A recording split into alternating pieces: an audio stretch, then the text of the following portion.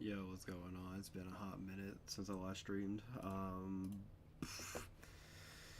Yeah, I started recently playing a little bit of Nine Circles levels, and I ended up fluking one from like 17% for like no reason. It was like an easy demon Nine Circles though. I think it was ZX Circles. It wasn't that bad, and I actually found it to be pretty fun. Yeah, let me go ahead and get the stuff swapped over real quick. Are you kidding me, man? Yeah, give me 1 second.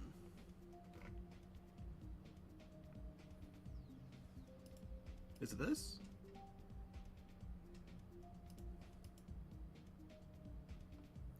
Oh, okay, that's not it. There we go. Alright.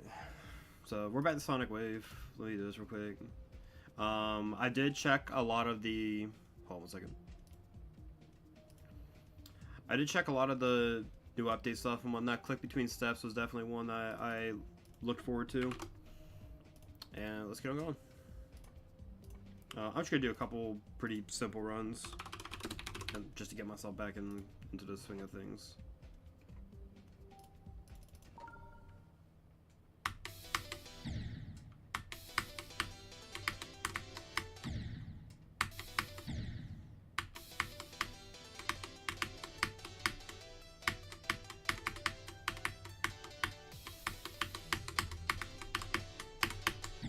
Dude, oh my god.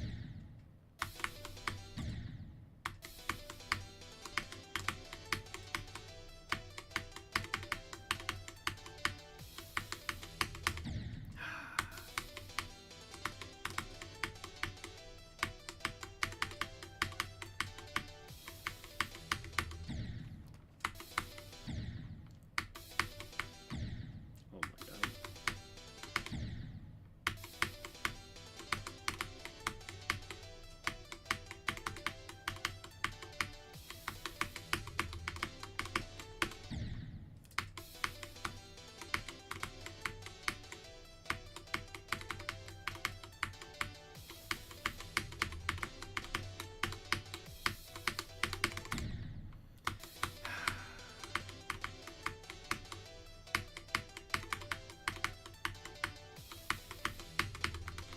Dude, my hand is not cooperating with me today.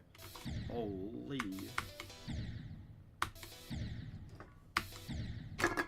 Yeah, no, hold up. Let me, like, scoop myself up real quick.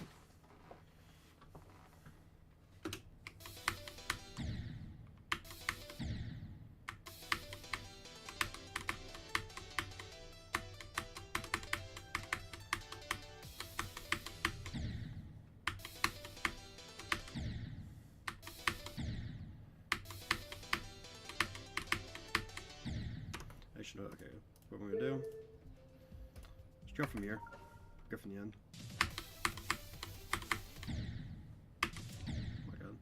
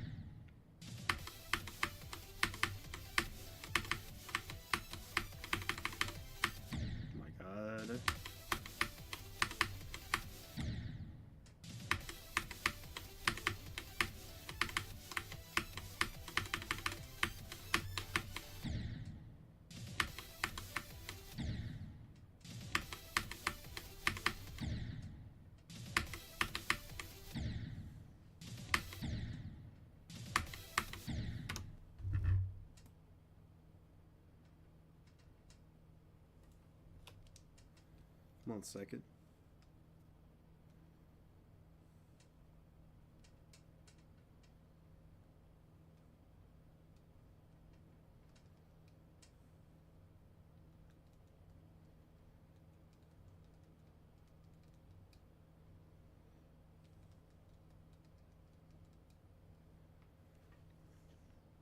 Yeah, 1 sec.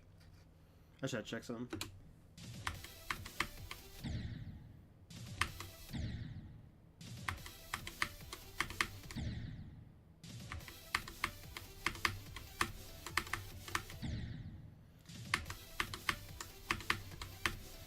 My God, man. It's like, I don't know.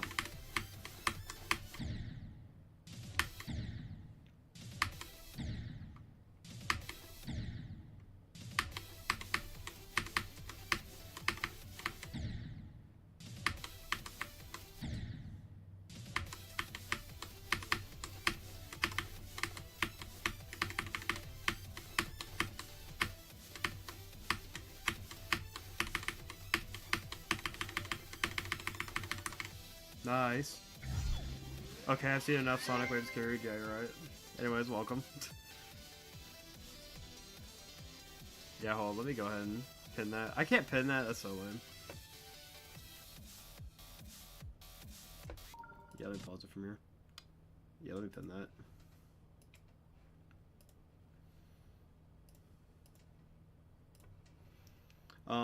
I think only when I'm going from the beginning, maybe. Go percent is pretty variable right now. I guess it just depends on how often I get to the drop. I just want to make sure I'm consistent with the end first.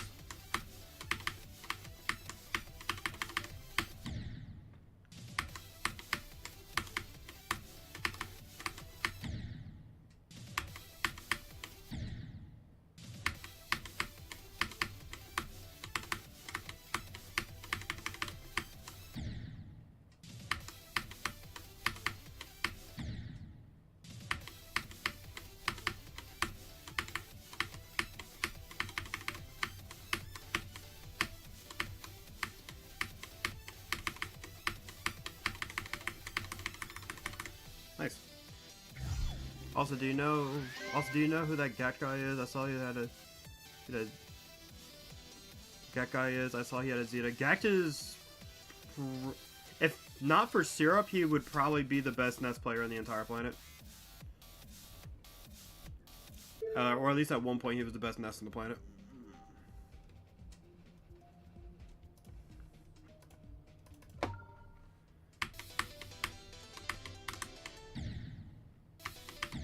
Wait. Yeah, no, that's not some random. Like, that guy several times have been like top 20 in the world. Or top 30 probably.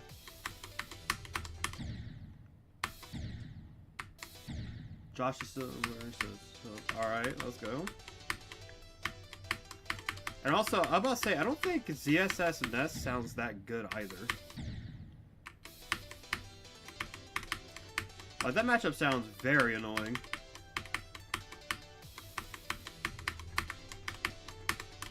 For both sides.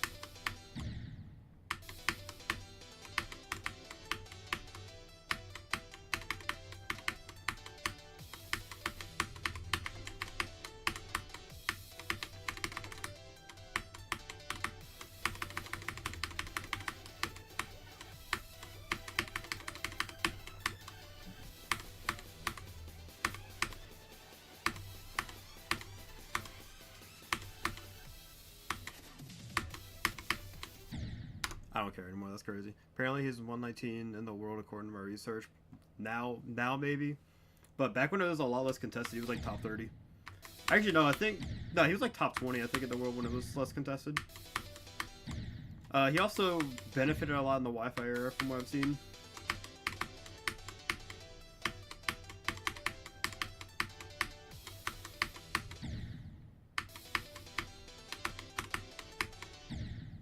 You know what? Here's what I might do. I might do first wave runs and see what I can do there.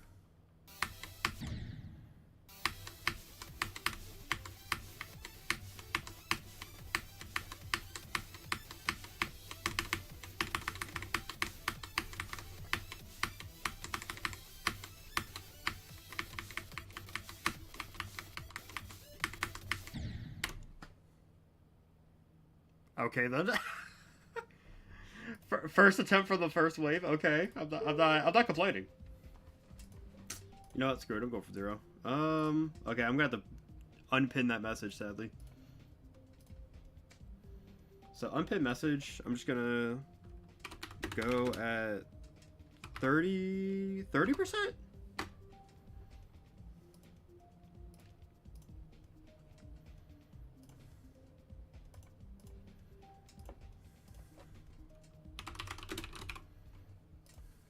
I have so many attempts on this level at this point, it's not even funny. The Genesis schedule makes no sense though. Some people are finishing round 1 pools while others are in top 64. It's also because of how waves are. It's because of how waves happen. I think there's multiple pools. There's multiple sections of top 64. Or there's multiple. Yeah, no, there's multiple parts of top 64 that I think go into the final top 8 bracket or top 6 or top 16 maybe. I haven't fully checked it. But it's solely for time crunches.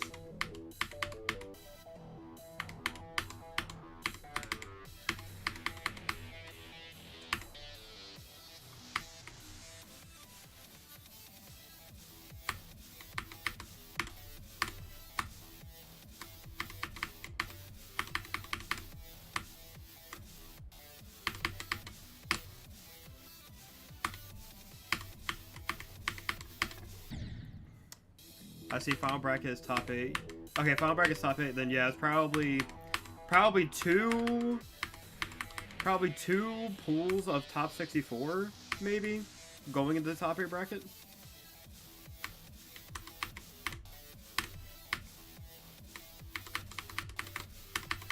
I'm pretty sure that's how most big majors do it.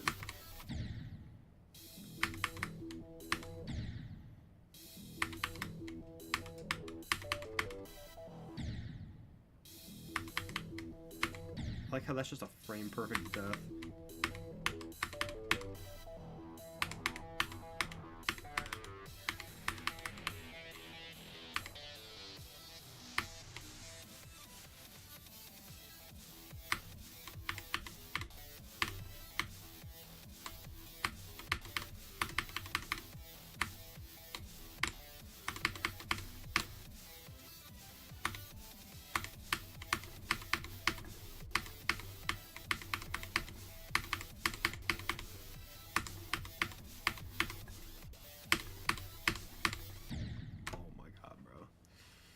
Styles went 5-2 and Josh Curley 2-0 and upset a Japan Yoshi named Moku Moku to get our round 1 pools on winner's side. Moku Moku. I don't think I recognize that name at all.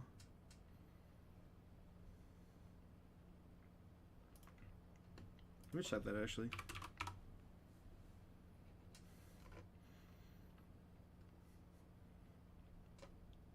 I mean, seems like they're a top 15 Yoshi. So can't really say much. That's really good. Okay, yeah, no, that's definitely a pretty good win.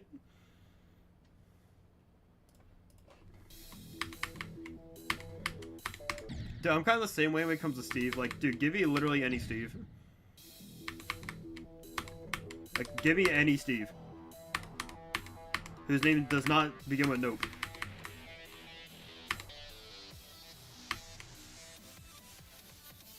Yeah, no, that's a really good win.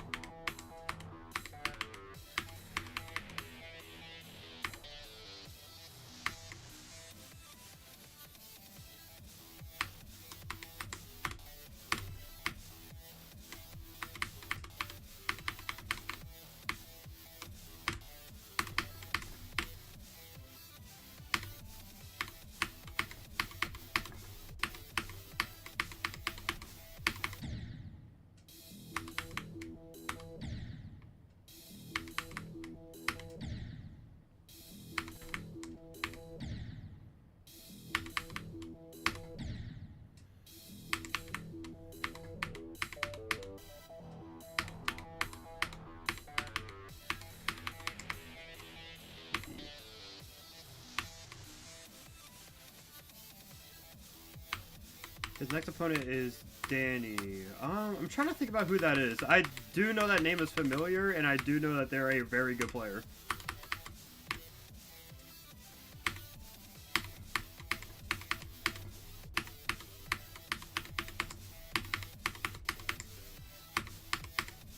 My God.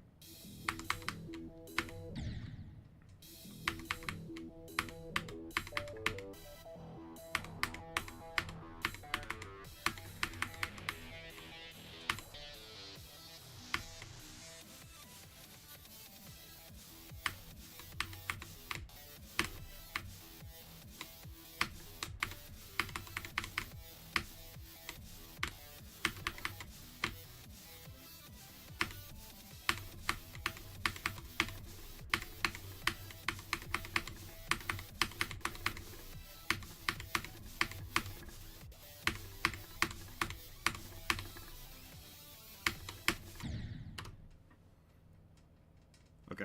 I thought someone messaged real quick. When I found he was an NA ranked wolf. Yeah, no, that's what I was saying. I forgot who he played, but I know the tag. I know the tag, and I know they're a good player. I just completely forgot who they played.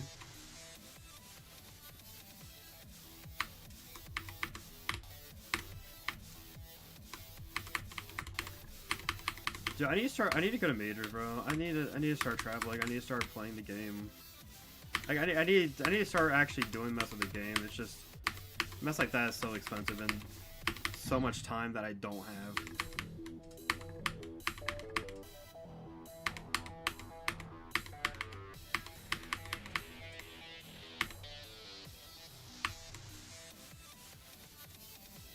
Like that's my issue when it comes to Smash right now. Is like I like the game. I genuinely love the game. It's still one of my favorite games. Like messing around the game and whatnot, it's fun. I think certain characters, especially going against them, there's some fun characters. There's some fun matchups, but it's like I feel like that if I'm gonna keep getting penalized. If I feel like I'm gonna keep getting penalized for winning in like any way possible, it's like that's like I'm gonna get tired of it, you know?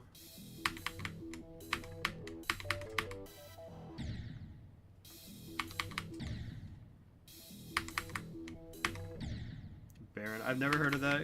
I never heard of that name in my life, but I'm not gonna sit there and call them a Delaware demon, bro.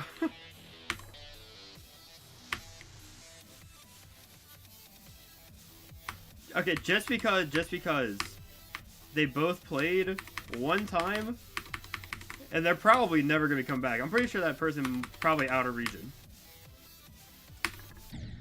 I'm pretty sure that player is out of region, so no one's gonna be able to probably fight him ever again. It's like, it's kind of like, would you call me a Delaware demon? Yeah, I'm about to say, you're kind of... I think it's like a player that is within, like, kind of within region, beating everyone, then that's different. I think that's definitely... I could see that being called that. But when you have a player that's, like, out of region and whatnot, and they go to, like, one big event, it's like, you can't...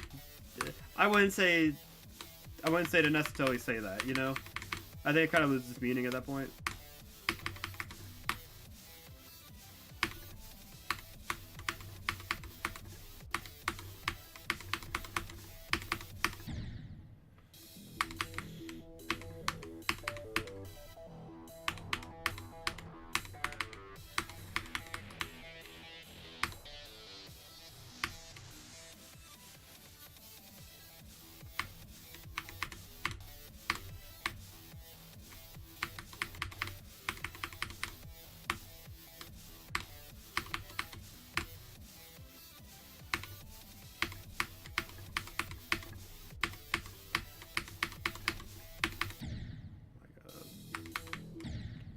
Yeah, I only remembered him since he sent Josh to lose a collision when he was 300 C's below Josh.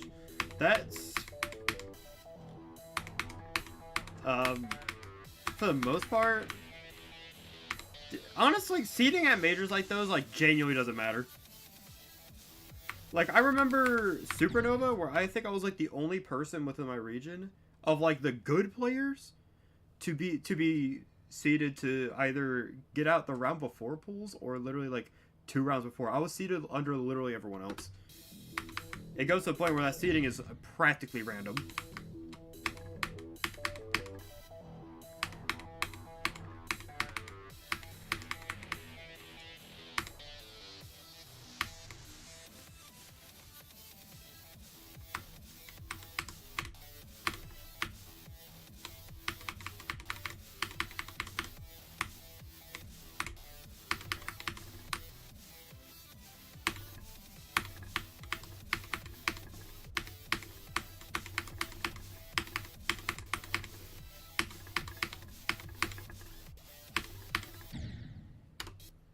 Weirdly enough, both Josh and Styles, after they lost to that player, both went 5-2 in those events.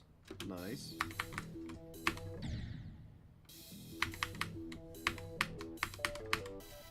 Bro, everyone going to all these majors, bro. I'm like, how? With what money? And what time? Yeah, that's kind of what I mean. It's like, seeding is practically random at those events, unless... Or, like, I'm pretty sure top 120 is seeded like that, and then the rest is probably put through, like, shoe stats or whatever. Or, like, the shoe stats seeding or some mess. Which already doesn't make any sense, because I'm pretty sure, for me, I'll be seeded, like, 300 spots below what I'm actually supposed to be seeded.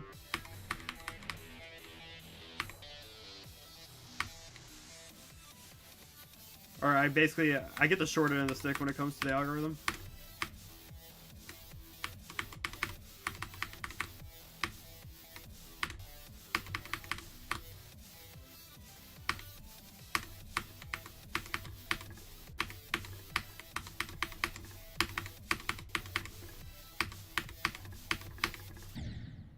Yeah, I don't know, that's literally, literally going dang near every major. Yeah, I wish I had the money. I wish I could just do that.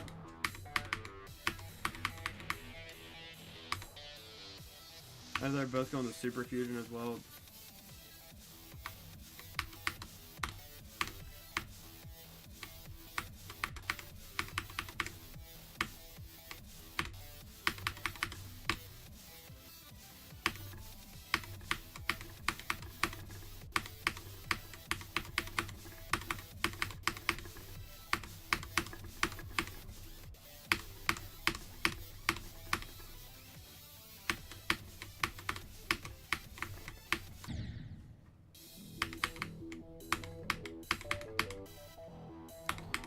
Yeah. It's like, what also sucks as well is like, I played in last night's tournament and whatnot, and it felt like, in a way, like, my execution was fine, with the exception of I'm so used to playing online that it felt like everything I was doing was too early.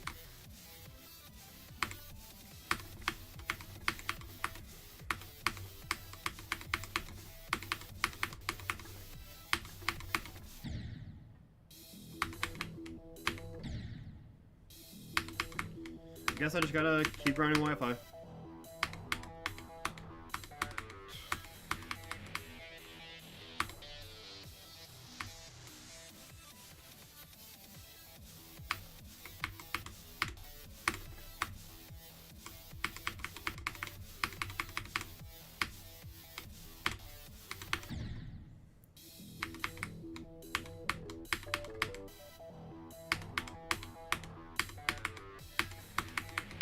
I don't know, it's like, especially, I guess with this channel anyways, like, part of my stuff is gonna... Wait, hold on, see this?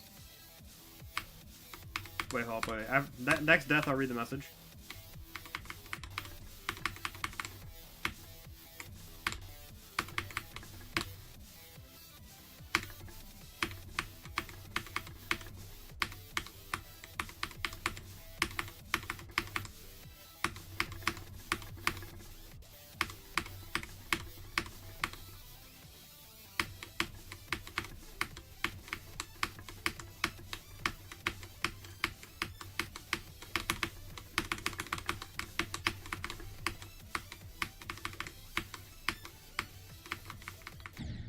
I knew it was too fast. Anyways, let's see this. Nintendo really needs to fix their Wi-Fi thing. It's leaks behind other consoles for some reason. Yeah, it's pretty bad. Well, it sucks because it's like they use a lot of consoles have now started to use rollback netcode, in which, in my opinion, is better. In some cases, not really. Like there's some games I found where their online is good enough to where I don't even think rollbacks even needed. Like Rivals of Aether 2 more particular. I found when they use delay based and when they use rollback, it basically like practically didn't change. It didn't even change really. The only thing it led to for me was trying to space out my moves and getting one where like it barely hits. It would show that it would kill spark and then it won't hit. And then like the immediate next frame it shows that it won't hit. Because of rollback. Like that right there gets annoying because it very clearly shows on my screen that it hit. Even though, and then immediately after it shows that it just completely whiffs and then I die for it.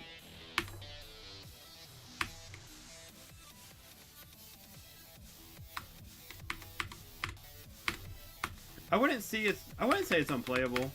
And even then, there's some games that are on the Switch that are pretty, like that have like somewhat alright Wi-Fi.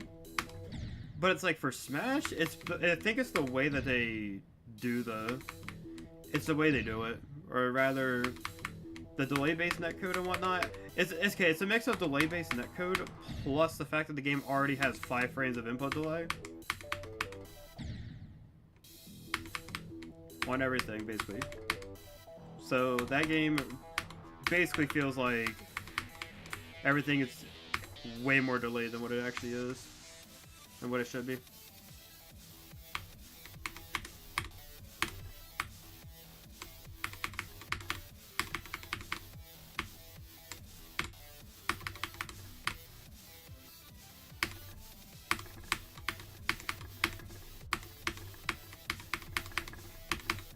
Oh my god, bro. Yeah, that was terrible.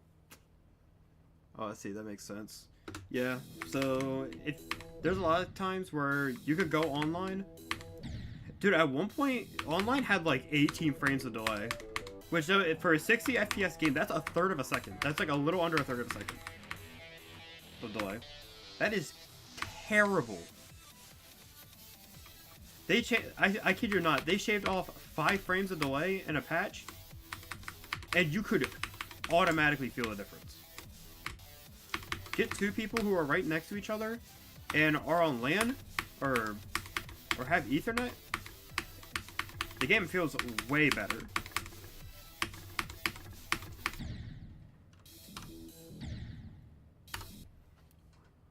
I brought up Roblox since it's already laggy, especially Death Run. Yeah.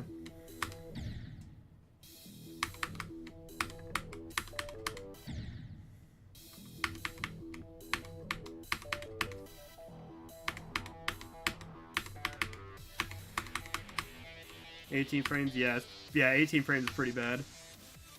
And even now, I think I've had it very rarely where it would be like 7 frames. It would either be a mix of either 7 or like 13 frames, which 13 frames is still pretty bad. 7 frames is not as bad, but it's still bad. Like 7 frames is a little over a tenth of a second.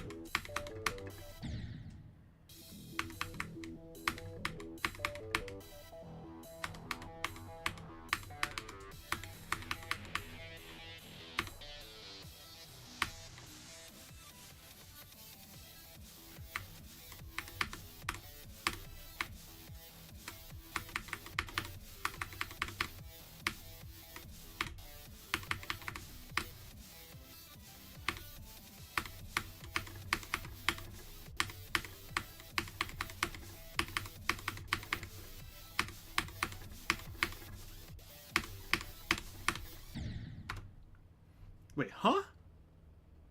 That's crazy. That's a crazy death. Anyways.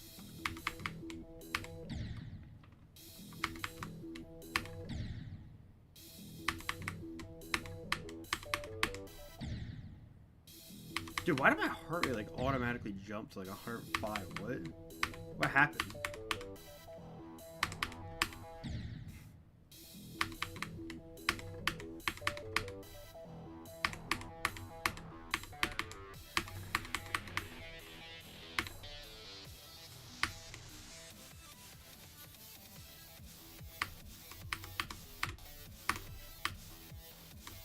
Wait, I just realized you're on the front account.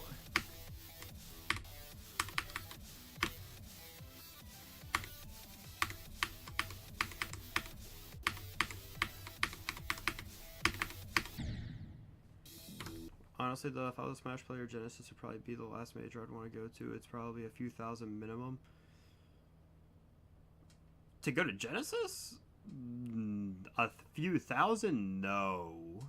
Shouldn't be, anyways. But I'll say Genesis, dude, there's no way Genesis is not like... Entry is probably around like 100 and... Probably like around 150 if you can get it pretty early. I know it has a con area. So you actually do kind of have a reason to stay around. It has a little con area. Hotels shouldn't be... Nah, hotels shouldn't be that expensive if you book it pretty early. I think at the very most, if you're like really trying, I mean, for a week in San Jose, if you're San Jose in general, I mean, yeah, I guess, but also a few thousand. I would probably say like closer to 1,000 maybe, if you can book a hotel like early. You know what? Let me check this actually. Let me look up Genesis. Let me look up Genesis X3.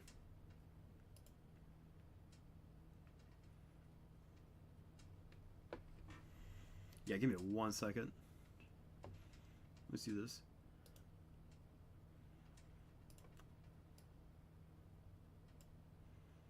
Copy. I'm going on Google Maps today.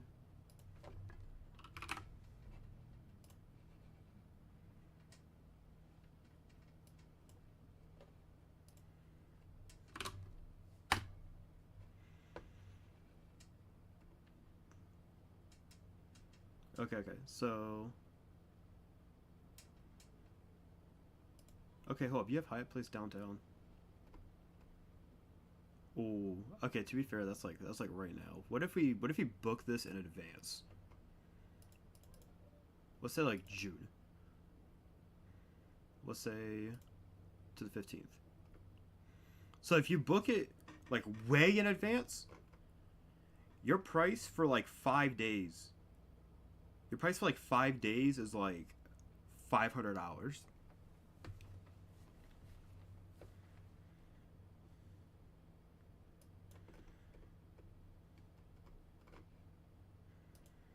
So, it's okay. Assuming that you book it like early,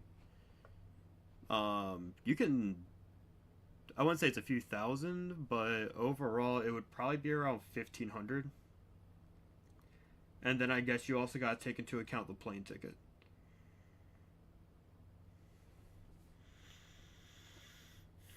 Yeah, I just don't see how in the world people can like go to that many and whatnot off of whatever, you know. Okay, that's not bad. Then I probably exaggerated flight costs. Flight costs, like I said, for planning for an event like that, it's literally all about getting it early. If you're able to get it early, your cost for a lot of stuff goes down significantly. Now, I checked for a day at like current rates, it was $1,000 a night. So, assuming you booked it ahead of time and whatnot, you save so much. And that was 4 months. I put it off as 4 months, so probably closer to 3 months. It might be closer to maybe probably about 800, assuming you get it like really early.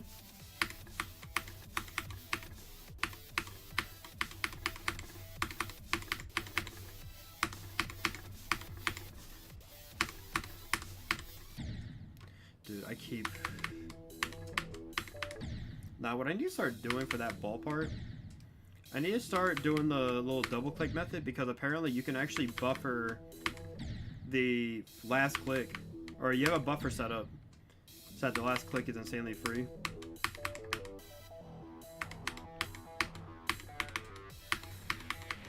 $1,000 per night is insane, but that's assuming that you book it like right now.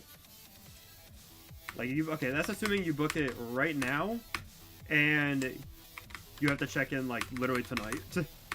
You know, it's going to be expensive.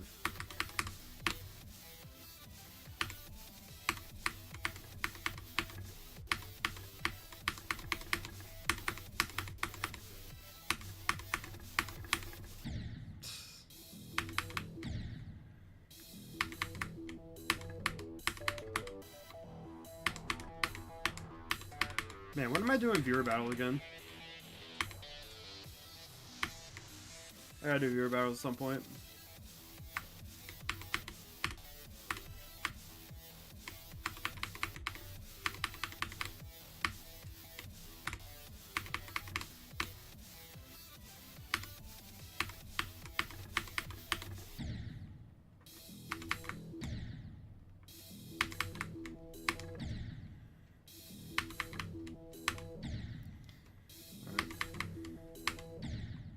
I don't know why the first part... The first part, 0 to 5%, seems way harder than it looks. Seems way harder than it looks. It's literally just the one timing. The one timing, the one like yellow orb click is the only part of the level that you actually... Only part of the beginning that you have to worry about. Every other part is completely free.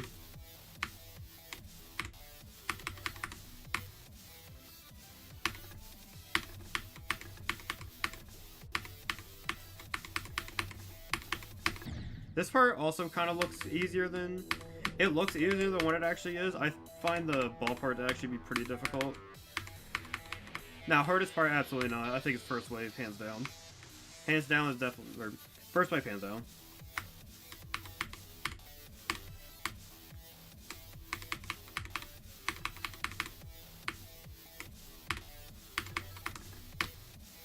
Like, the first wave in general, and I guess it goes for most of this level. Most of this level has some very nasty choke points.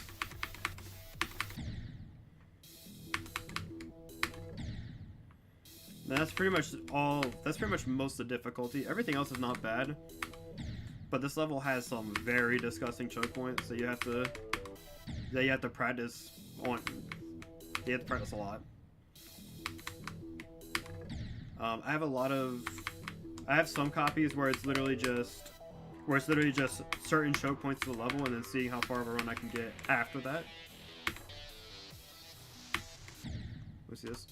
Yeah, I'm also unfamiliar with GD gravity physics and jump height, so maybe that's why. Yeah, like what I'm playing right here is not bad at all. All of this relatively pretty free. Besides the yellow orb click. This ship, the flying here is not terrible, it's just a little corridors.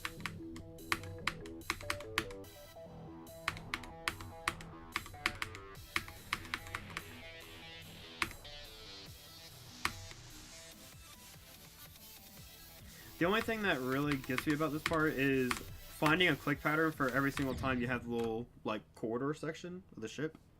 I don't know how to really describe it. Not the corridor, but like the pillar sections. And finding a consistent click pattern through it. I found out to actually be the trickiest thing because for a while I said it was pretty inconsistent, and then the more I practiced it, it became a lot more natural.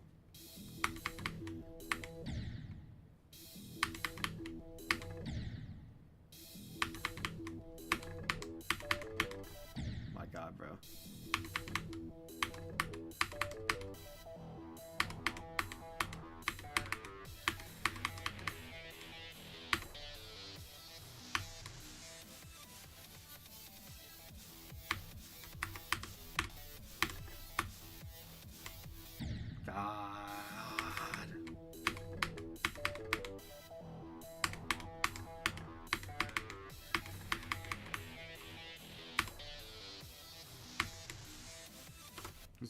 What's interesting about this game compared to Obby's is the 2D versus 3D, since Obby's shift locking is really important, but I doubt this game has anything shift related. What do you mean shift locking?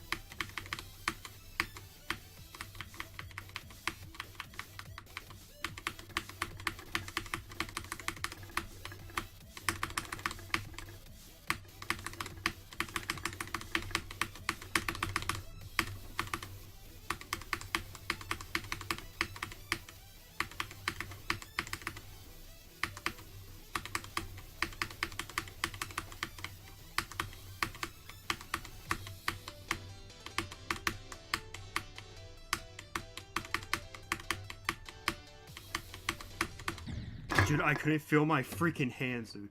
Oh my god.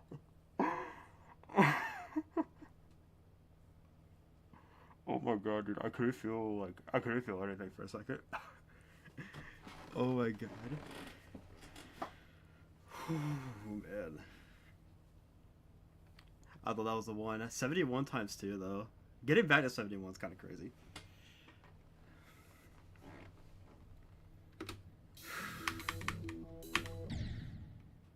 $71 times 2.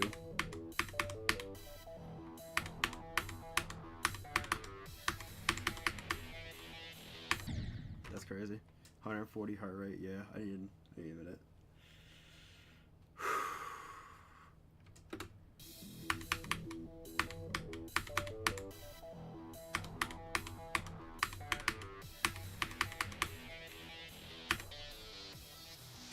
I need to like chill out for a second. Like I just need to keep my heart rate down some way, or at least like find some way to chill.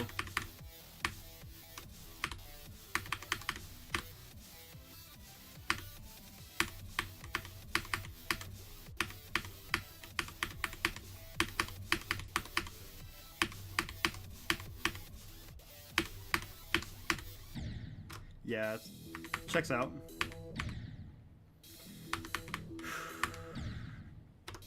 You know, I should probably change the, yeah, let me change this.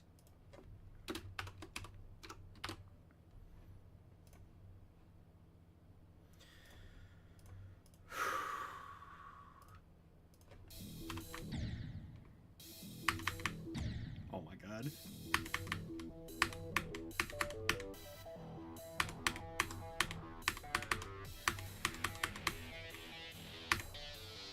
You know, what's crazy is the fact that, in my opinion, the second half, well, the second half, in my opinion, is definitely a lot. The slightly easier half is just that the second wave has a pretty weird click pattern. Has a pretty weird click pattern, and the last one is literally just a stress test.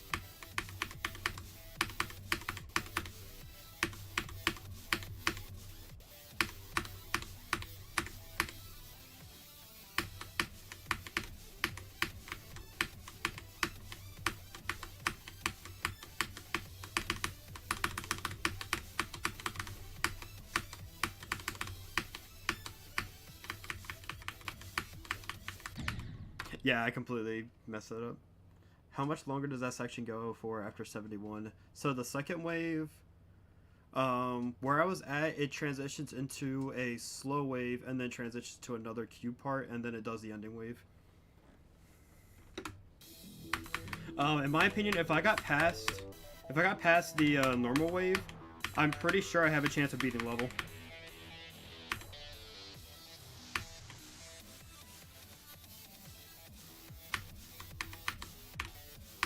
Yeah, no, I'm definitely playing really good today.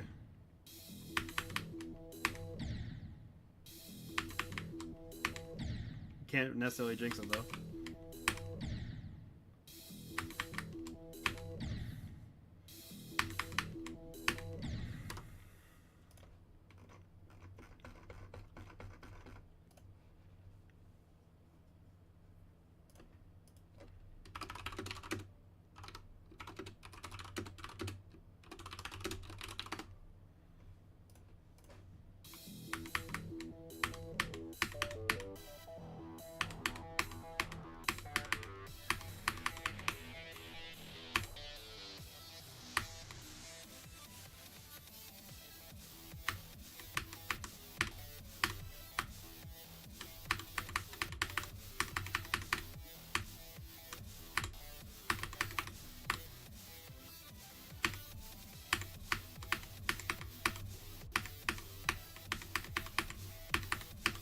Dude, oh my god.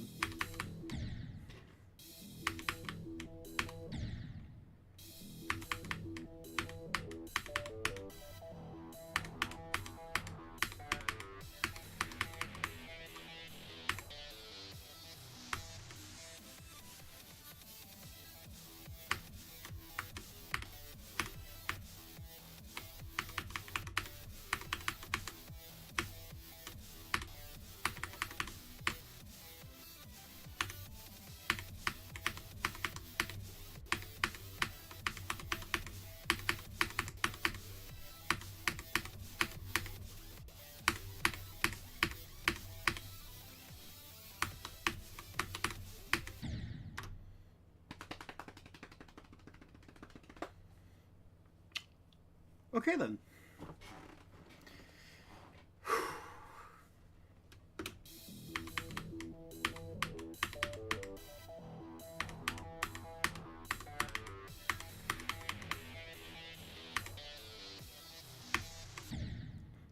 Okay, yeah, I was completely looking away from screen for a second. Wait, hold on, let's see if I can do this.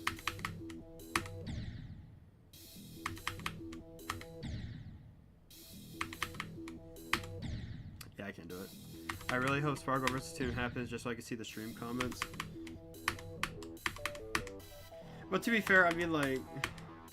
Okay, here's the weird part about, like, Spargo Toon. Low-key, if Toon wins, it would be pretty hype. If Toon wins. I feel like if Toon wins, it would be hype. If Spargo wins, then it's like, okay, we live in the best timeline. Like, I think either side winning is pretty funny.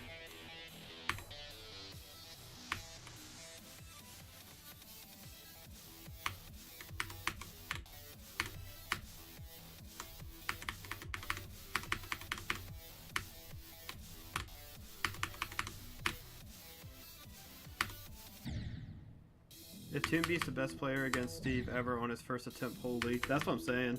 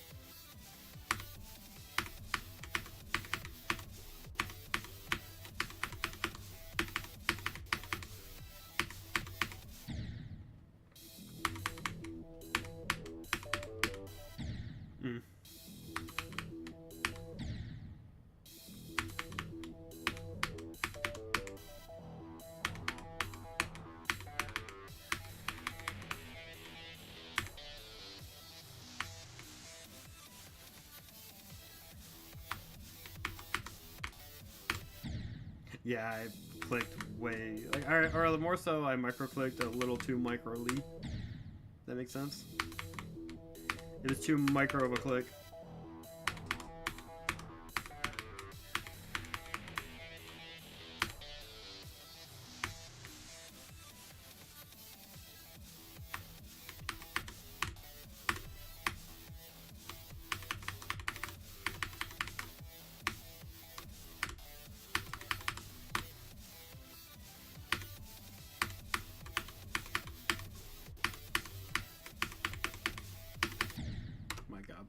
I'm not too confident though, since he got 3-0 by hurt recently, and apparently at the Genesis Pre-Local he lost 2 against me and got eliminated by DK, whose name I can't pronounce. Mon. Yeah, the DK that beat Spargo. Yeah, no, Mild NA or whatever is like top 60 in the world with DK.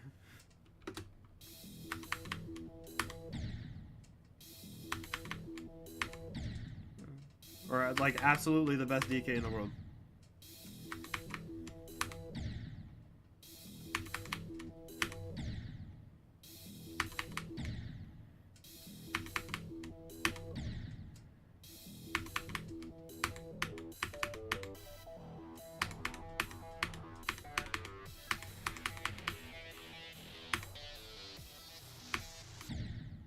Oh dang, I saw Toon was 0-2 against him all the time, and I think dang, and DK Steve, that's interesting. DK Steve is surprisingly not as terrible as you think. I will say that. It's not as bad as you think.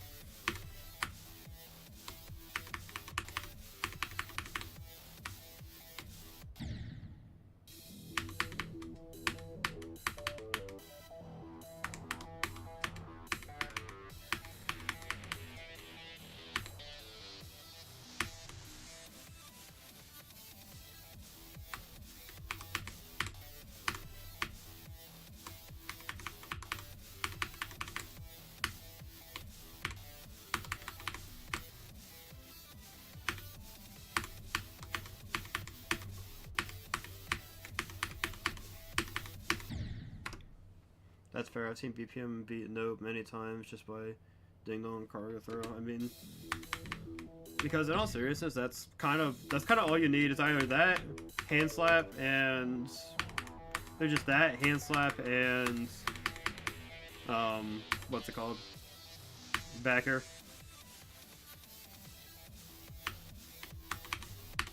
It's less of me saying that DK is broken and more so DK has some surprisingly good options in the matchup.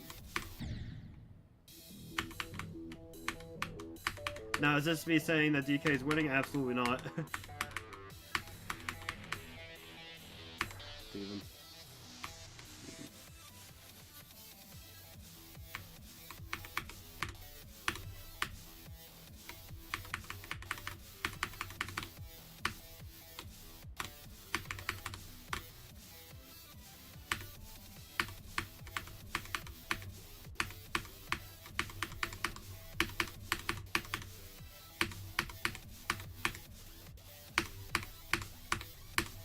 Yeah, I knew I was too late on that one. I never got cargo thrown against a DK as I usually fought jump armor, so I usually don't fear DK too much.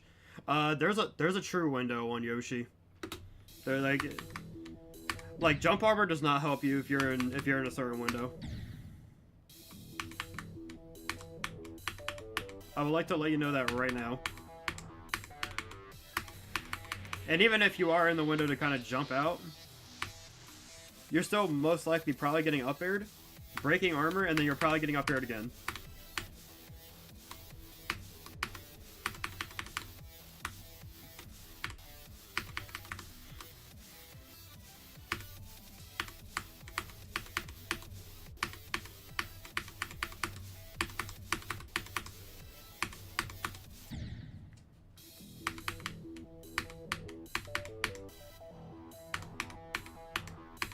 Yeah, I don't know. I guess for me, when it comes to Yoshi, anyways, it's like Yoshi for me.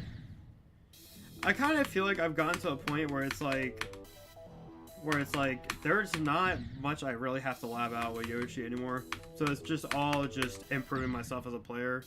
If I lose neutral, it's my fault. If I didn't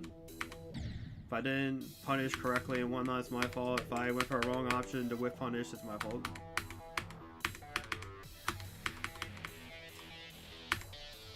Now, granted, in this kind of meta, if you whiff punish, you're dying. I don't care. We don't care what percent you're at, you're dying.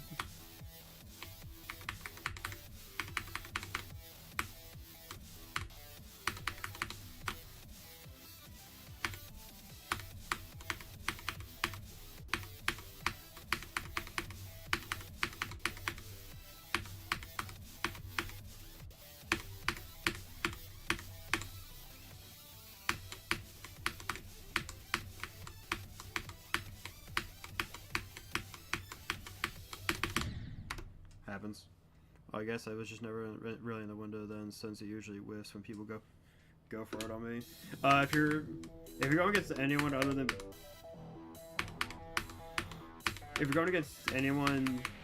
than like BPM maybe, or like if we're going against like a lower level DK, that sounds about right.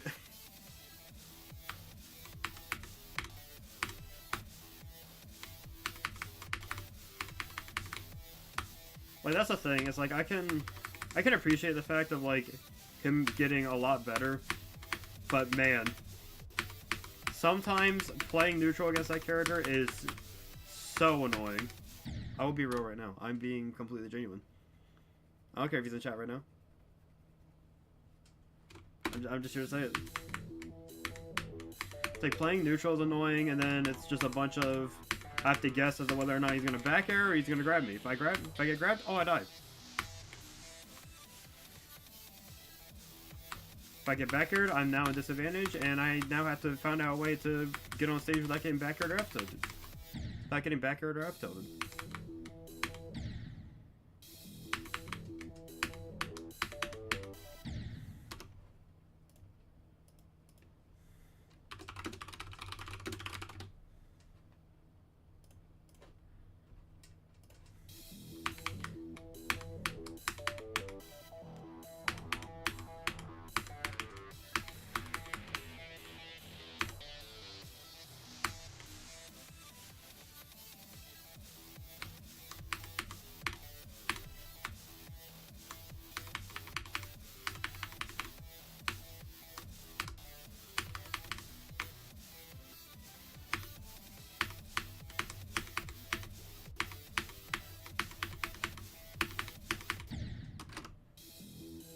Okay, that was a...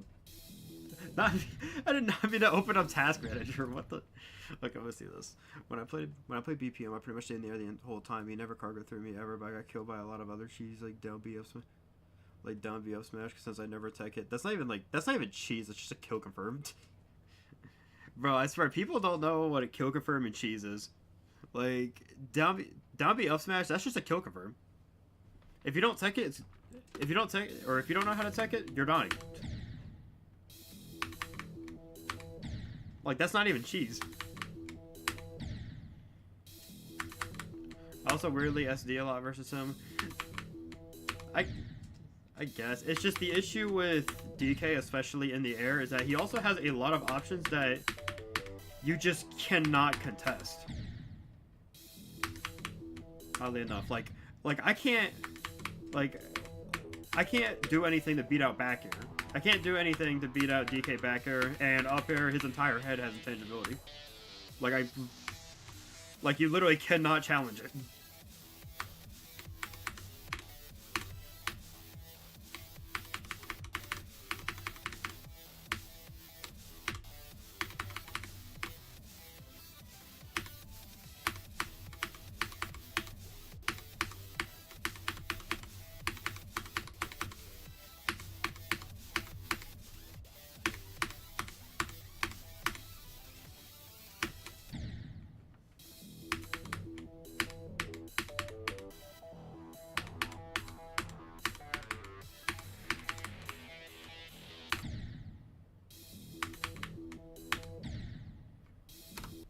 Although for me, I have a lot of deaths where I lose my jump and then screw myself over. Yeah, that's the thing with Yoshi. It's just like you need jump resource me. You need jump management, or at least you have to know when and when you can't go for armoring through double jump, armoring through stuff with double jump. Because there's a lot of cases where you can get your armor broken and like it doesn't matter. You're gonna die. You might as well just gotten hit. Anyways.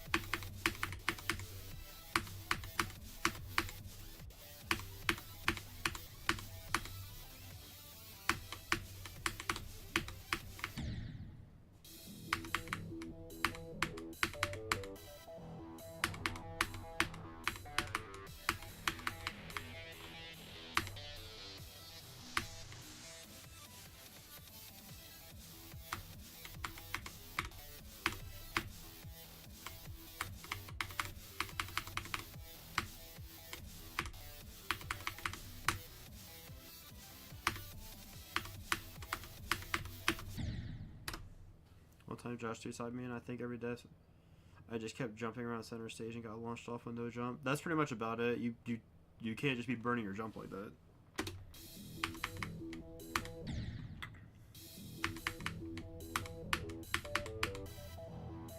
I need to calm down, bro. Like I'm getting too frustrated. I don't know why.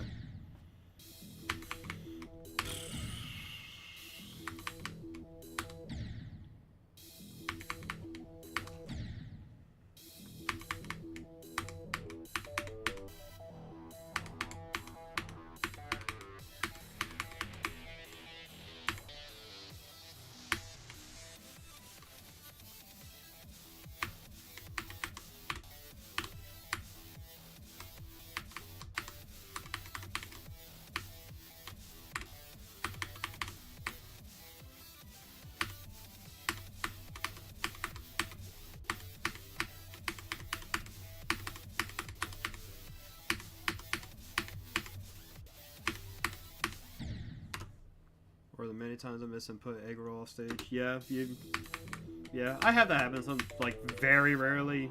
It's just a matter of you have to learn how to drift with up B, or you have to be able to learn how to manage your air drift.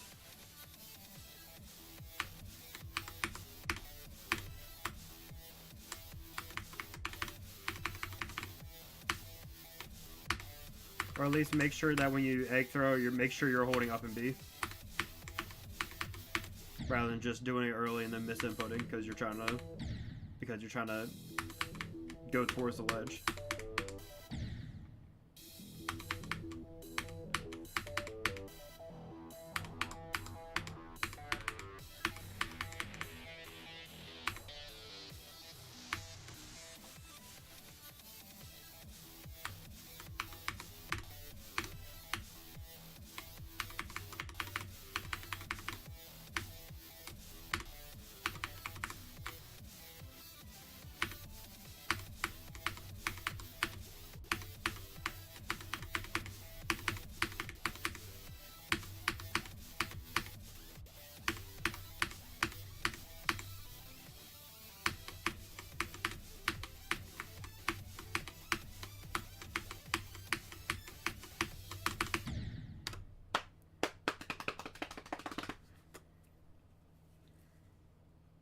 You know what?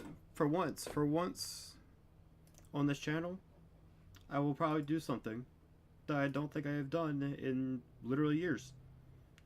Anyone can send a message. Go.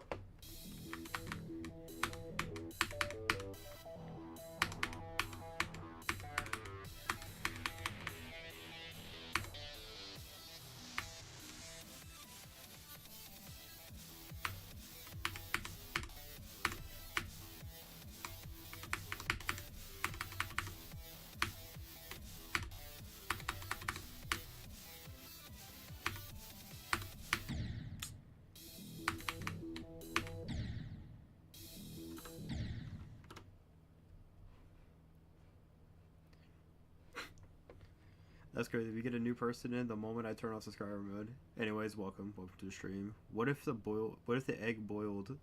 That's one soft boiled egg, man. Honestly, you just opened my mind off of that. You opened my mind off that quote. Made me really rethink everything in a positive light. Thank you for your message. Hi, Sans.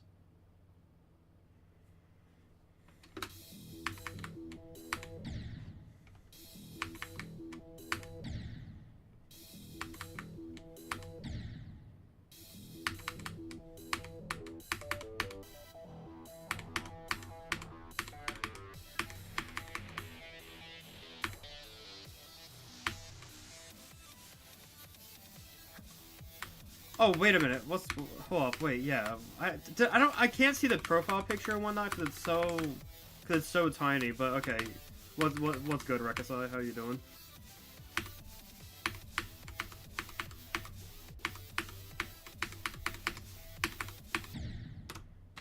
And also, it doesn't help that it only pops up your little like YouTube handle rather than your actual name. I think that's just a lame thing.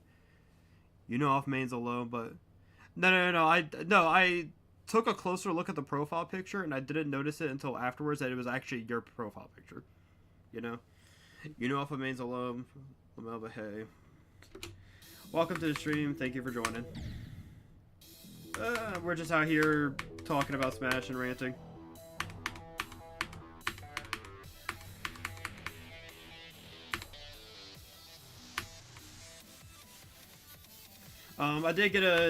I did get my new best, or I did hit my new best again today, which is kind of cool because I haven't played this level in a while.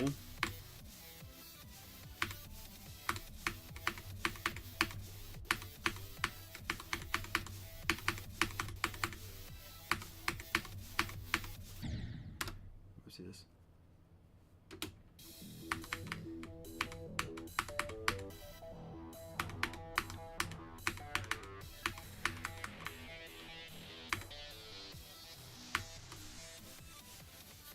Get the 30, I'll try and wait, hold this.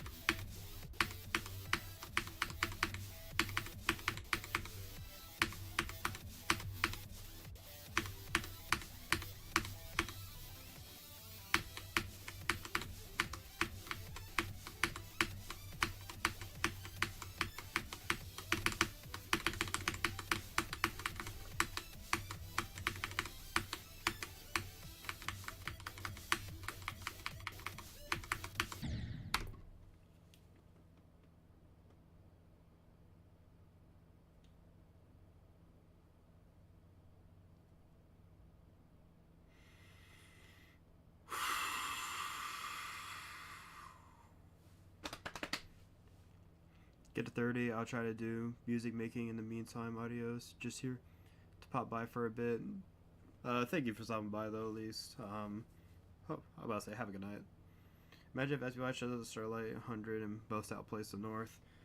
Honestly, that's honestly probably pretty likely. It's just the only thing with it is, would you include players like Slasher and whatnot in that? You know? I mean, this isn't to sit there and say that like Slasher's like, I'm not criticizing him as a player, but it's more so he's mostly a PA player. Like, I'm not gonna count that, you know?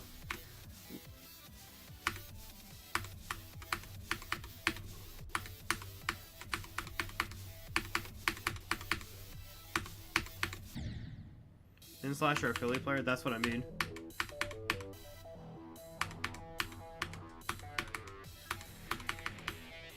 So there's gonna be a lot of Philly players going to compete.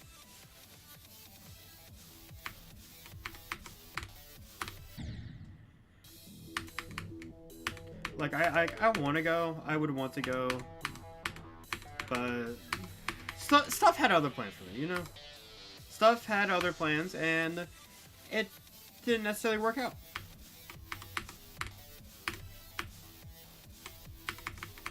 I don't know.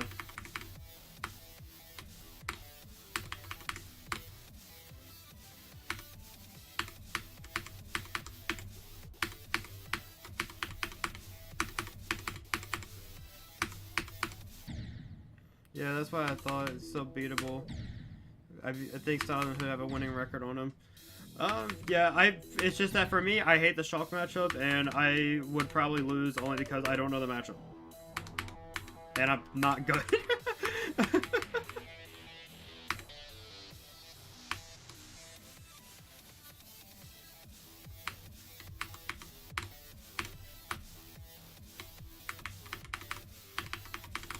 Okay, but who do you need a Jersey player? Like, does that count? Like, does that realistically count?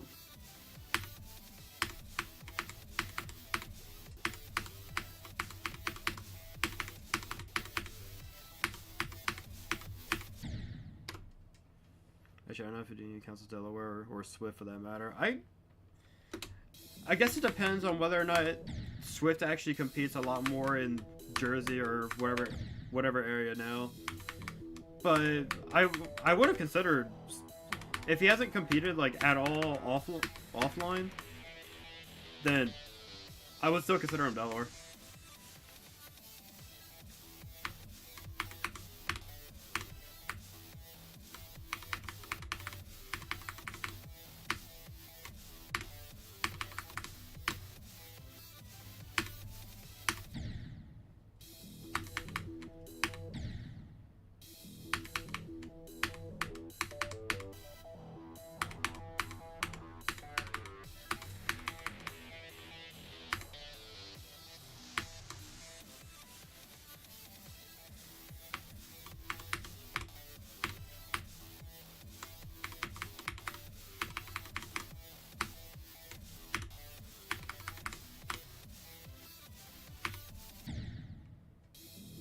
That's also another thing that like happened with this level. You could just die there randomly. Positioning, I don't think matters like at all. But because of how your icon approaches that particular jump, it pretty much kills you like 30% of the time. Like, it's practically RNG as to whether or not you get through it.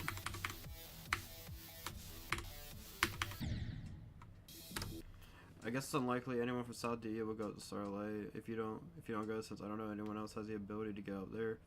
Well, here's the issue: is that a lot of people, especially a couple people, especially on Valentine's Day and whatnot, they're just not over here right now,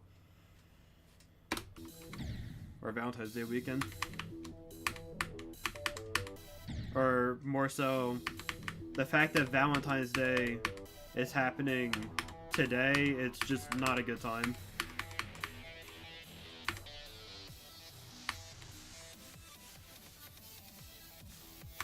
So a lot of people are most likely probably spending it with their significant other.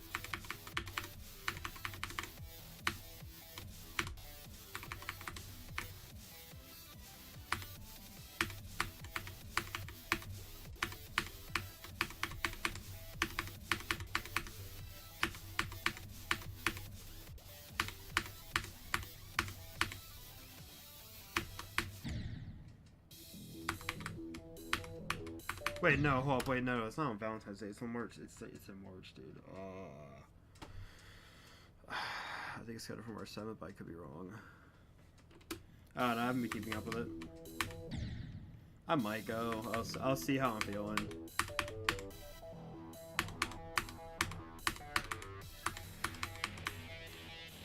I'm definitely going to STG though, if that helps.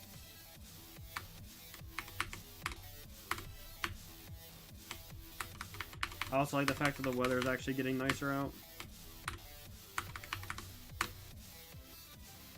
It's not gonna be feels like 6 degrees.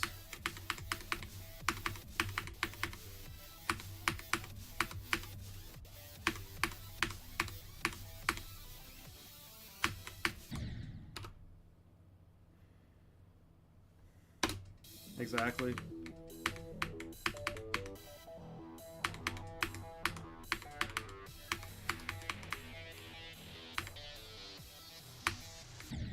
Over here, we're supposed to get in the 60s next week. Same. It's like, man, we're finally getting like actual weather. I'm finally able to wake up in the morning. I have to go into work at 7 o'clock and it's not dark out. Like, I'm glad for the fact that there's actually light out now.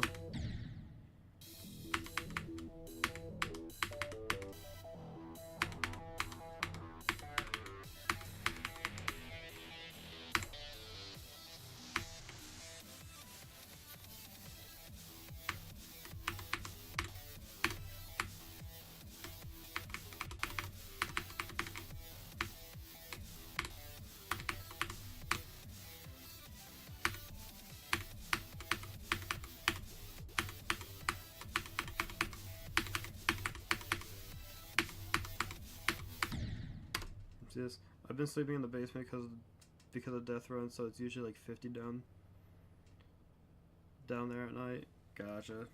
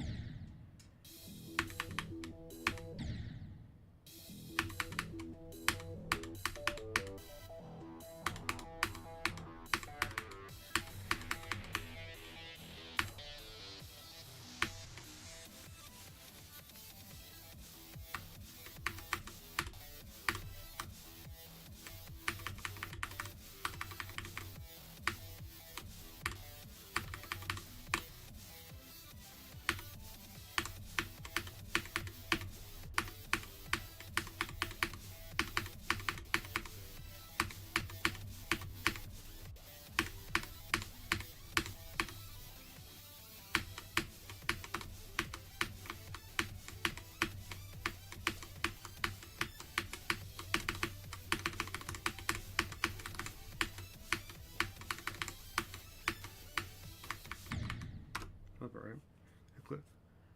I hit 82% last night after going, I think, 46-5, including 2 wins on a 98% player. That's good.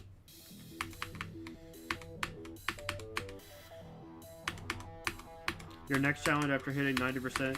Can I hit 100% win rate right now?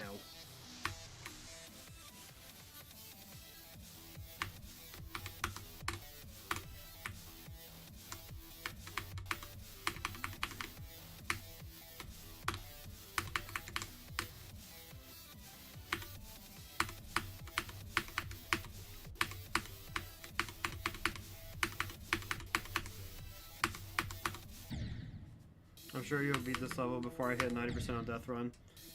I don't even know. I don't know about that, to be honest.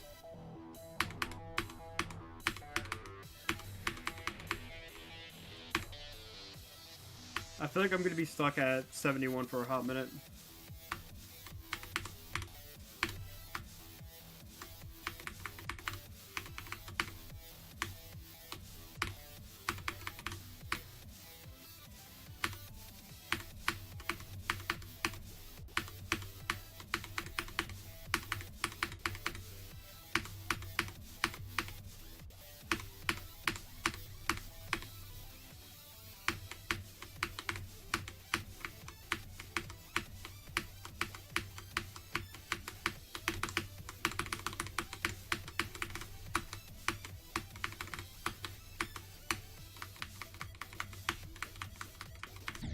Dude, yeah, I don't know why I don't know what my pattern was there. Unless I keep staying up till like this. I'm sure you. Unless I keep staying up till 7 a.m. every night and never lose, I would not recommend that at all. You know me. You know me at this point. I'm gonna keep getting on you for staying up till 7 o'clock in the morning.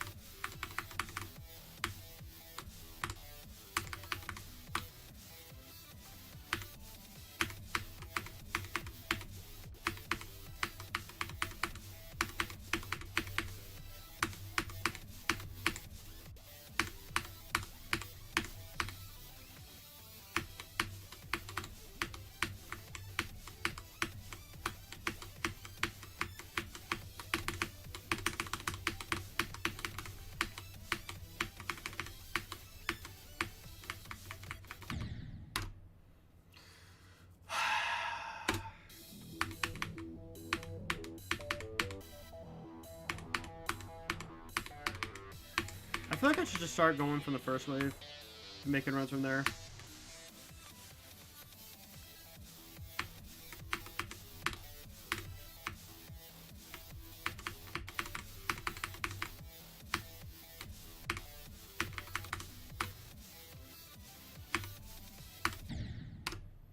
Any plans for the cardio on Monday? Probably not. Probably not, unless BPM's there, I guess. I don't know.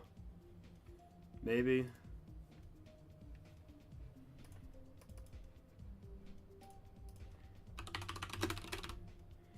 I don't know.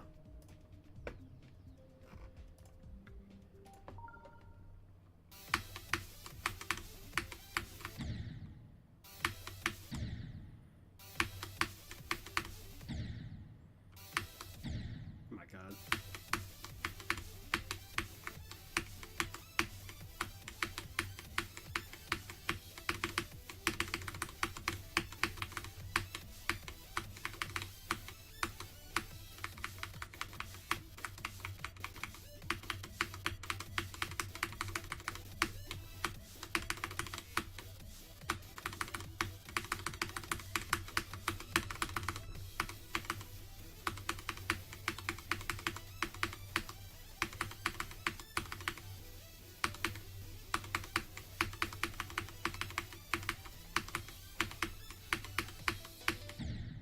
Okay, that's fair.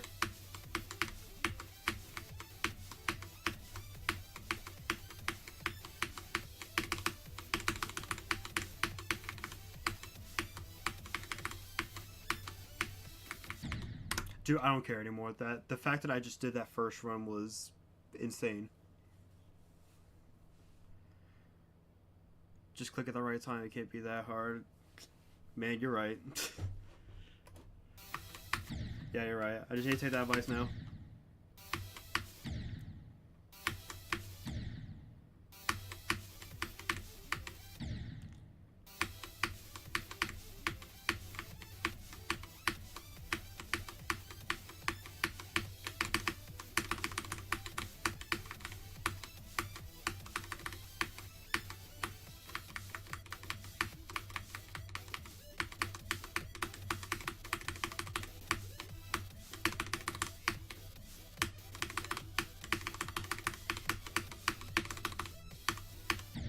That is completely fair.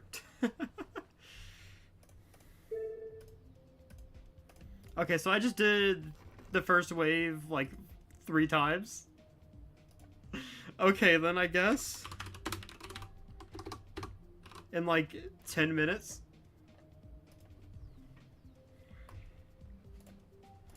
I think I'm ready.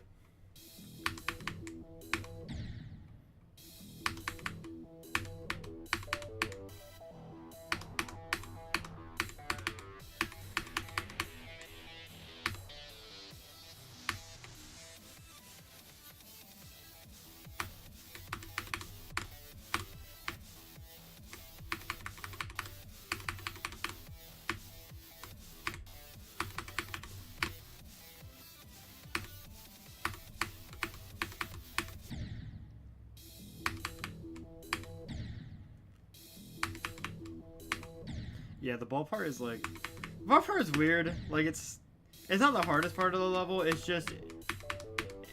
It has a couple choke points in it. It has a couple really difficult clicks, but for the most part, the ball isn't really that bad.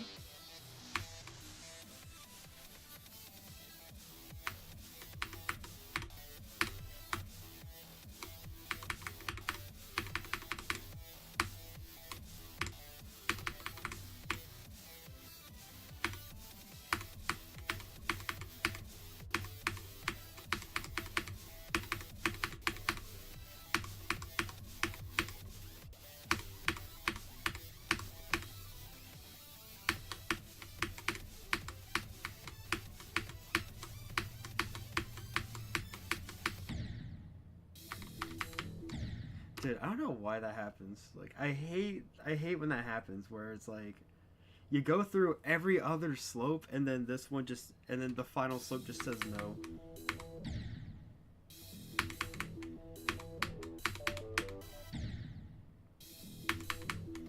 I mean, granted, I should have died on, like, the top one, you know? I should have died on the first one, but it's like, the game just gives you, like, a false sense of hope, you know?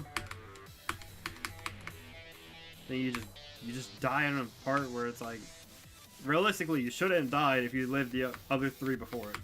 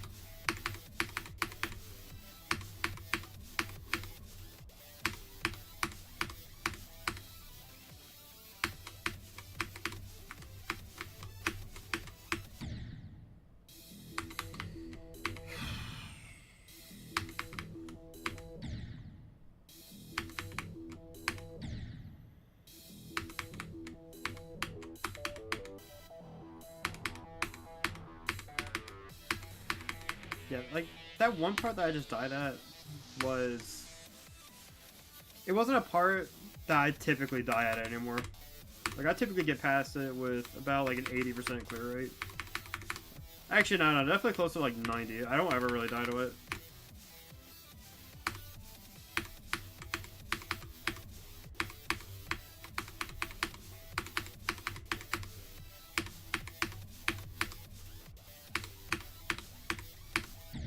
I already did, that was too late. I need to start doing the buffer strat.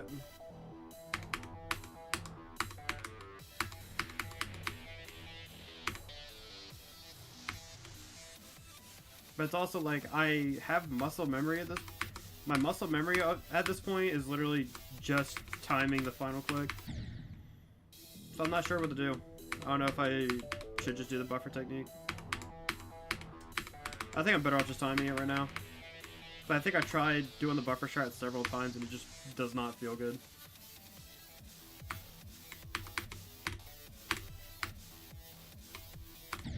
Insane work? Okay. Let's see something real quick. Alright then.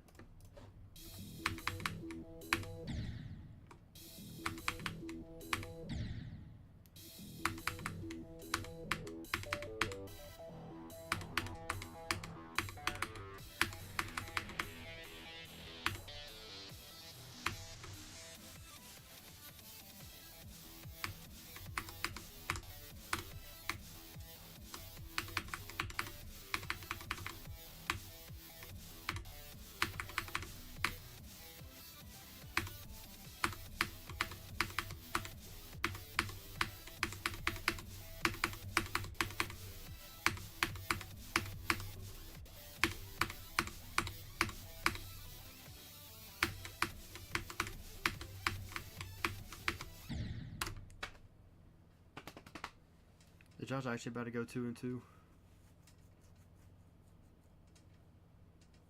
That better go 2-2. That would be, in a way, that'd be unfortunate, but in a way, that would be kind of funny.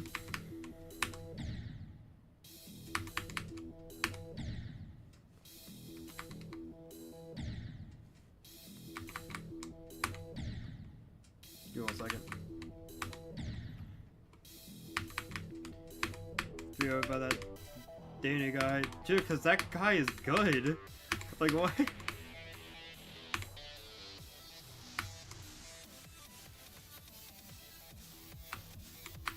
Because Danny's good.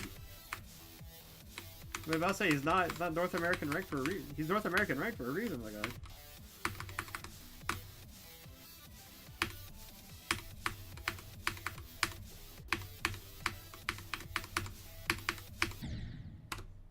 And I know he usually gets his mental game destroyed after he loses to a top player.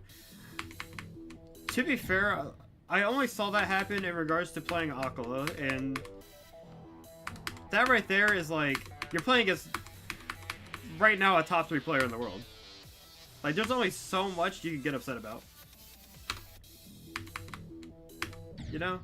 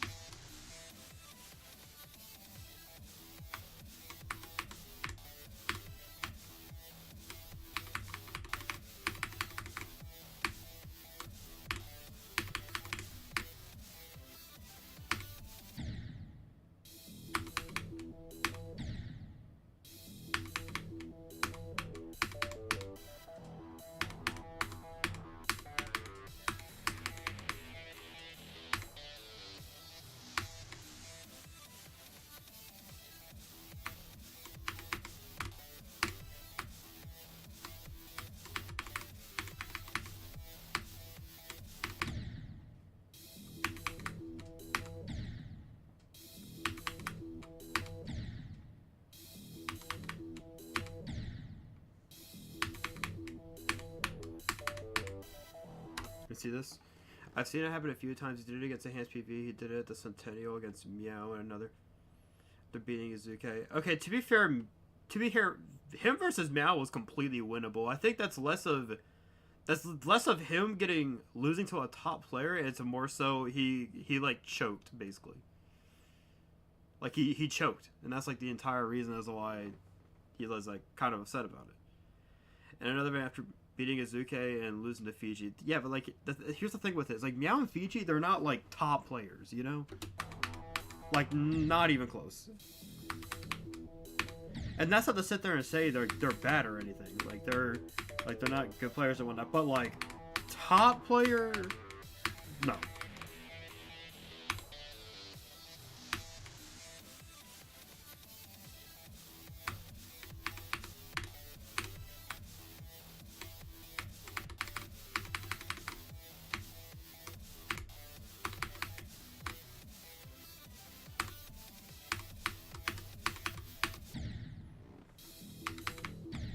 Choke vein, unfortunately, yeah.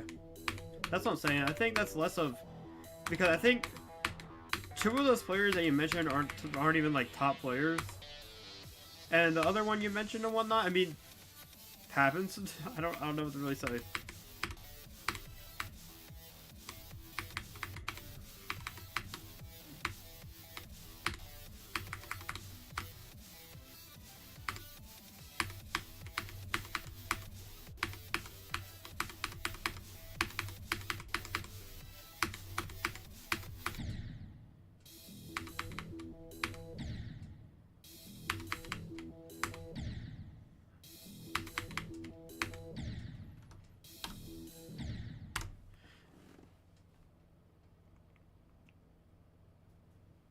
Someone once called him that at KM after he blew a game 5 because of a last stock suicide going for a disrespect.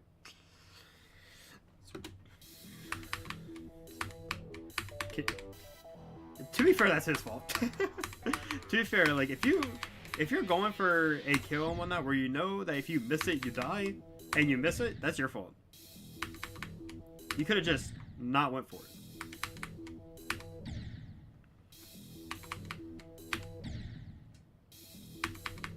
He almost also once took along the final game and then lost to Fiji afterwards. That just kind of happens.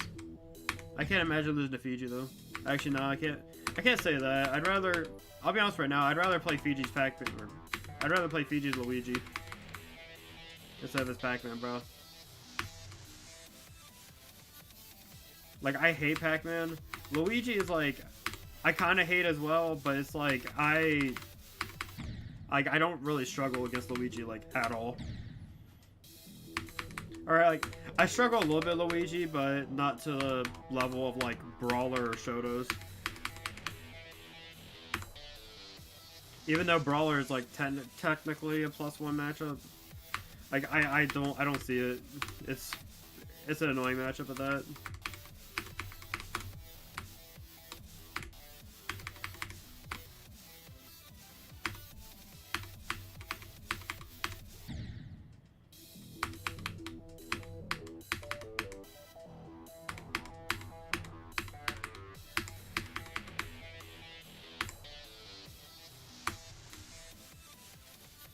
Is a Delaware demon for a reason? I think that's more or less. I think that's more people do not know how to fight against Luigi. I guess in my defense, I fought against way too many actual Luigis online to where if you play me in offline, it's like night and day.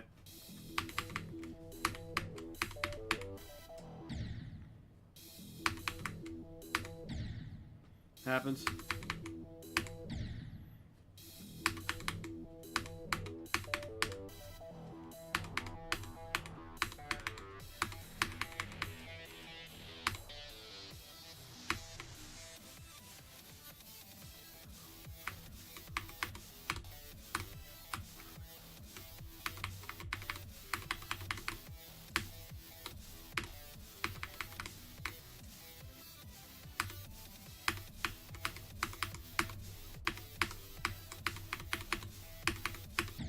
Nice.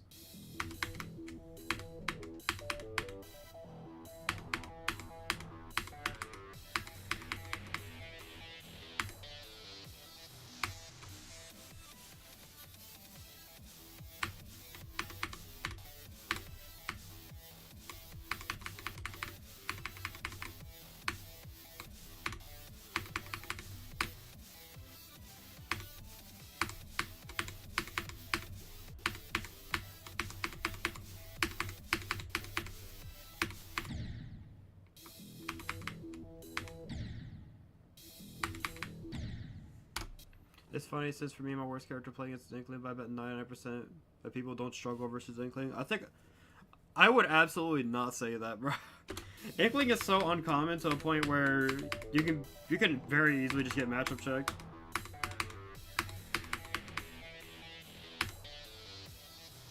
And plus, not only that, but Inkling also happens to do pretty well against some of the sorties. Now I think about it, why haven't I not thought about picking up Inkling? I thought about that. Why haven't I thought about that?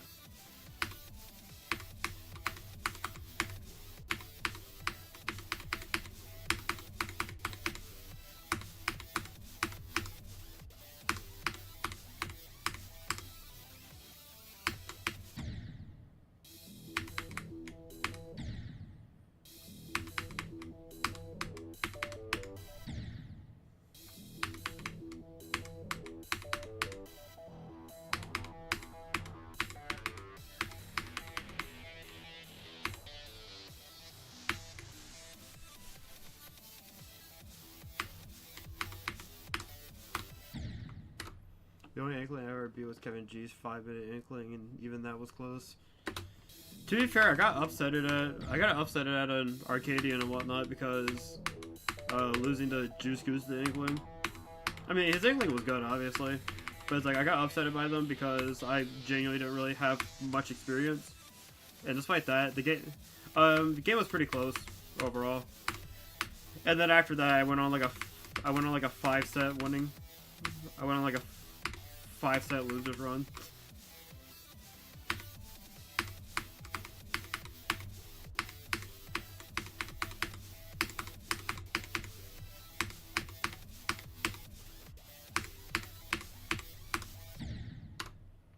That was literally...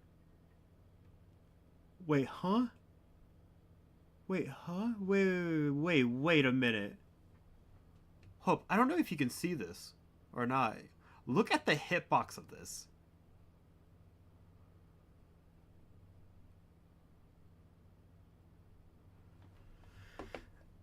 What did I die to? What? I guess I died to the top? Okay, so I just realized that that final timing is misaligned. Interesting. I don't think I ever caught that.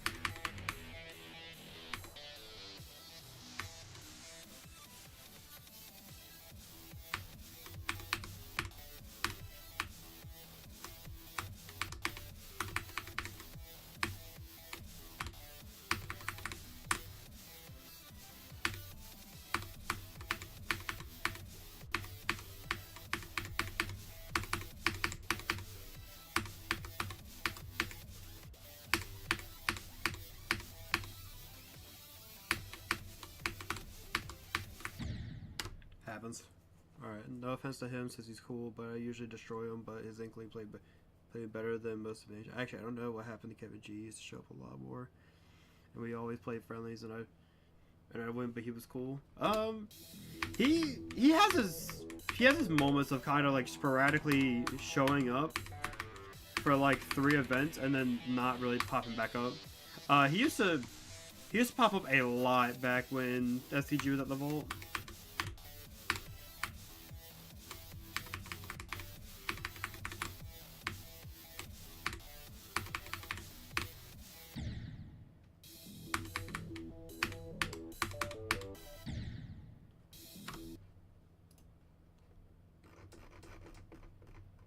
Check this.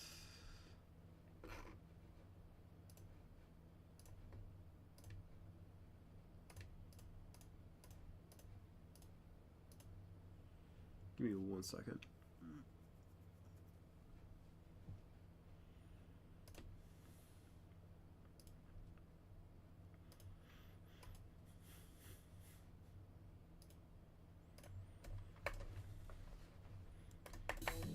I want to see how far I can get on mouse.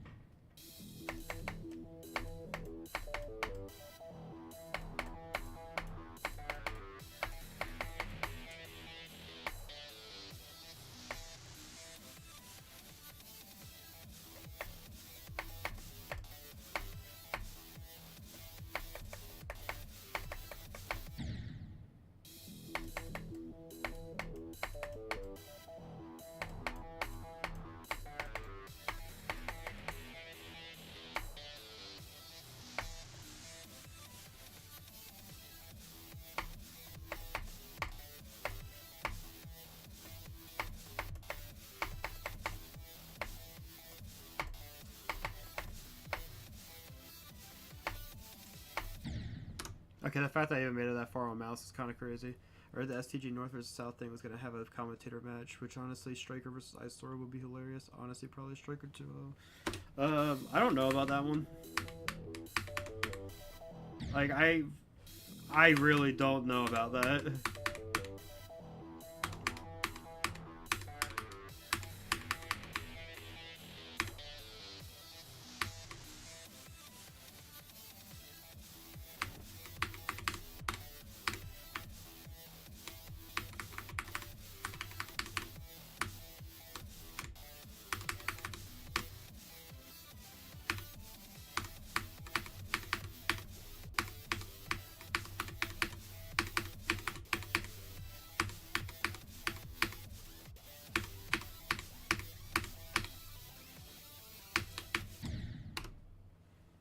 Unless I were to come back and they made me play, in which, in that case, I feel bad for whichever side.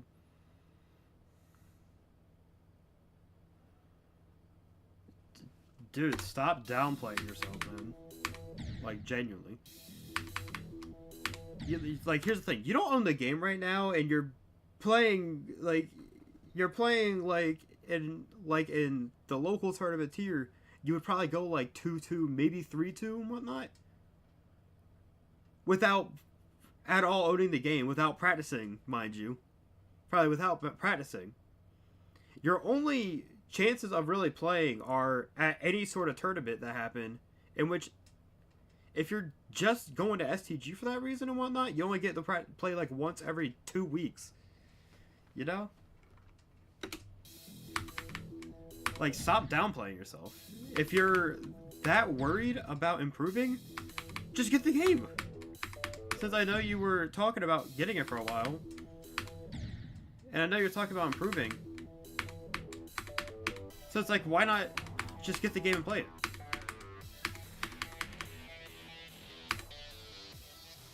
That's like the only way you're gonna get better.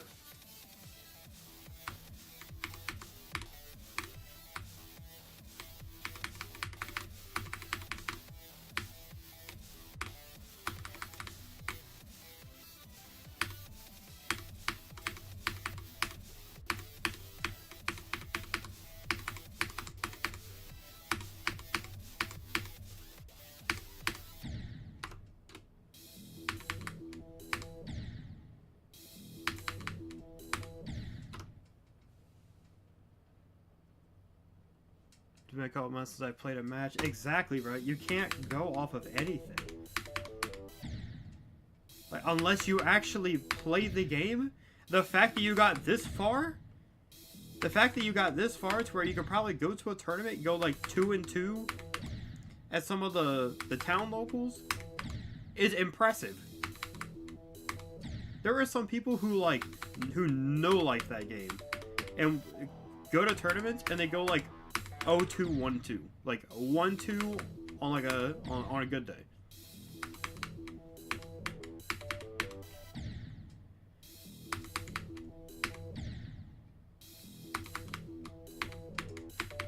Like, you have potential, and if you want to use that potential, if you want to get better, you're gonna have to play the game.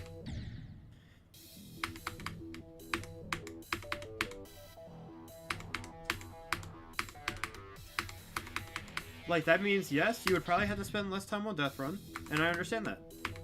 But if you're so hooked on improving, then you gotta do what you gotta do. I'm not sitting there and saying that you have to get the game if you don't think that you're gonna enjoy it or something like that. I'm not saying that at all. If you don't feel like you're gonna enjoy it that much or anything like that, don't do it. But if you enjoy the game enough and you want to improve it, just get it.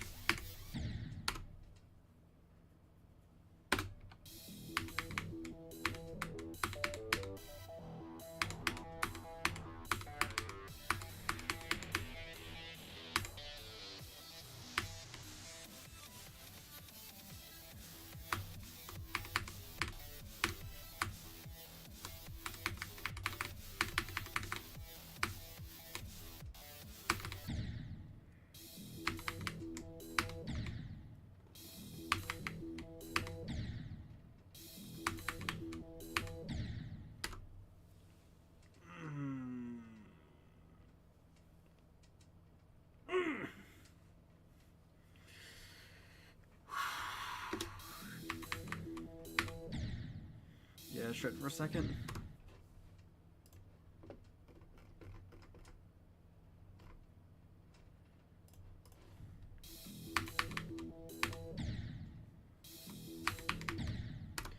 Death Run did throw a big monkey wrench into everything. Since when I came back, I was essentially playing it. Then I randomly took off and got addicted. I don't think I think with Death Run, you were just already good, and then you had like one bad day starting out, but like you're still good. Like, here's the thing, right now, just because you're improving your win rate does not necessarily mean you're improving as a player. And typically for me, I would like to mention this right now, win rate does not mean anything. In most cases. In most cases, it doesn't mean anything. I've seen someone beat me, like, easily, even though they were like a 1-2er in their region.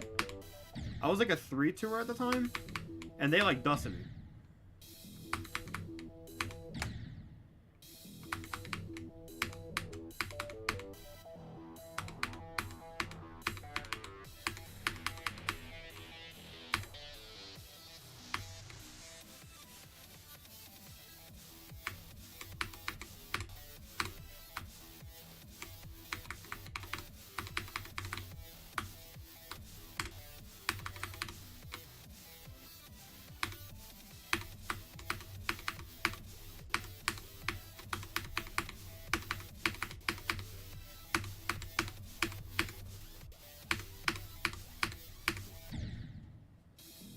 Misaligned spikes again.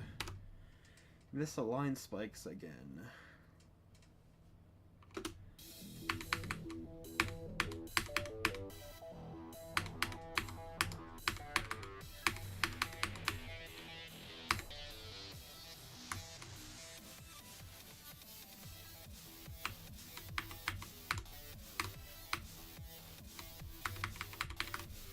I gotta figure out what other games I want to do on stream. I think just for now anyways, I might want to stick with just Geometry Dash and Smash for now.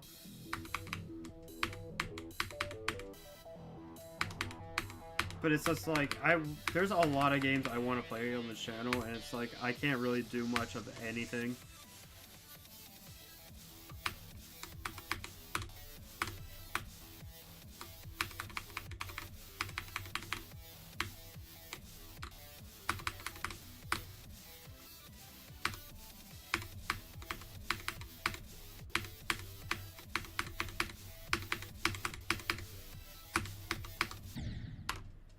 I do agree, since you could play against bums to increase your win rate. That's why I love playing against the best players, in which side of one player I'm 21 and 2 against 90% players. Sometimes even if I'm losing to good players though, I'll still stay in lobby even if I keep losing, so I can figure out what I did wrong and correct it. You see, that's the better option if you're trying to improve. Like, because like I said, for win rate, it doesn't matter. With an asterisk, you know? So like I said, there's a lot of players. There's some players who I find who have a way worse win rate than me, but they're like ranked in their region and whatnot.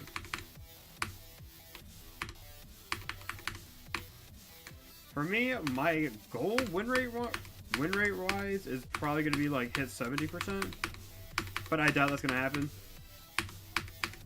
Or at least if it does or at least if it does get to that point, then it's not gonna happen anytime soon. Like I went 5-0 one tournament, and it only raised my win rate by like 0.2%. It did nothing.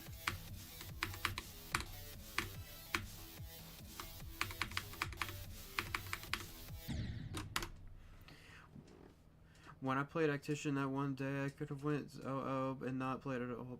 Back when I was 59%, but I took the 0-5 beating and made me better to the point I got him later on. Exactly.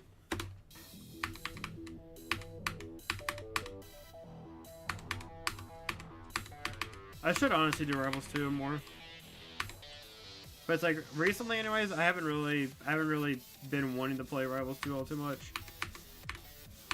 I don't know, it's like, there's always in video games where it's like, there's always that one matchup that just makes me not want to play the game. Like, it goes for Melee, Rivals 2 is kind of the same thing. I hate Clarin, bro. I hate Clarin. In Melee, it's Sheik. In P+, it's Sheik.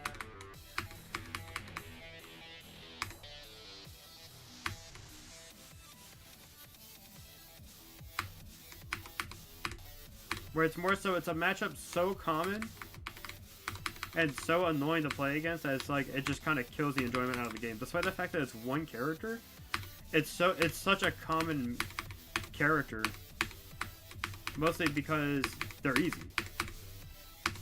They look cool, so it attracts new players, and they're pretty easy. So for anyone who does want to go ahead and play the game and does want to pick up a character, they're going to see that character and be like, "Ooh, lightsaber," and then they're going to pick up the character, and it's like, it's not a super hard character.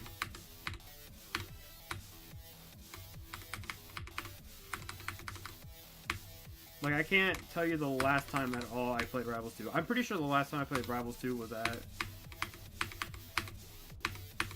Yeah, I'm pretty sure the last time I played Rivals 2 was probably at a OZCon.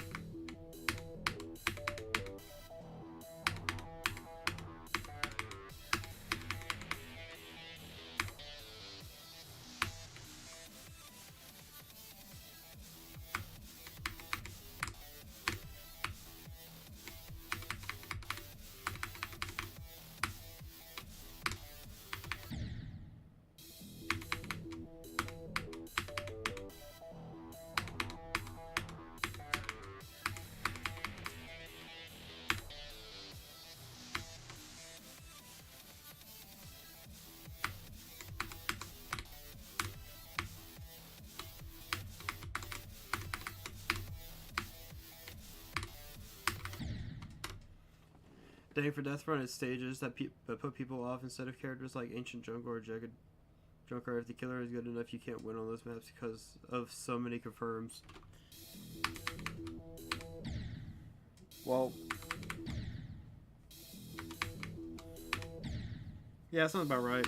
That's what I'm saying. There's a lot of cases where you can just get checkmated, and in most cases, that's just not fun.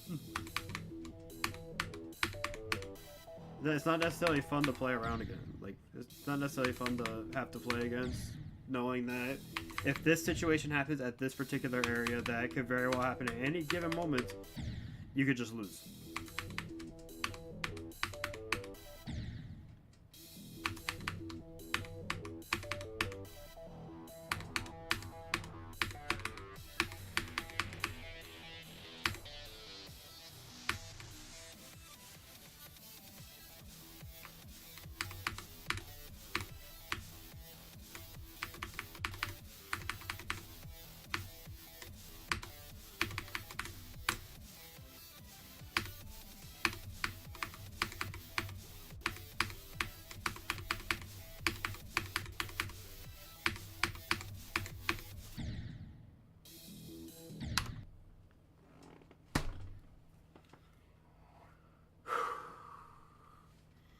Almost all of my losses to anyone, regardless of skill on Death Run, is not even me being outplayed. It's usually just confirms or lag. Yeah, that's what I'm saying. If it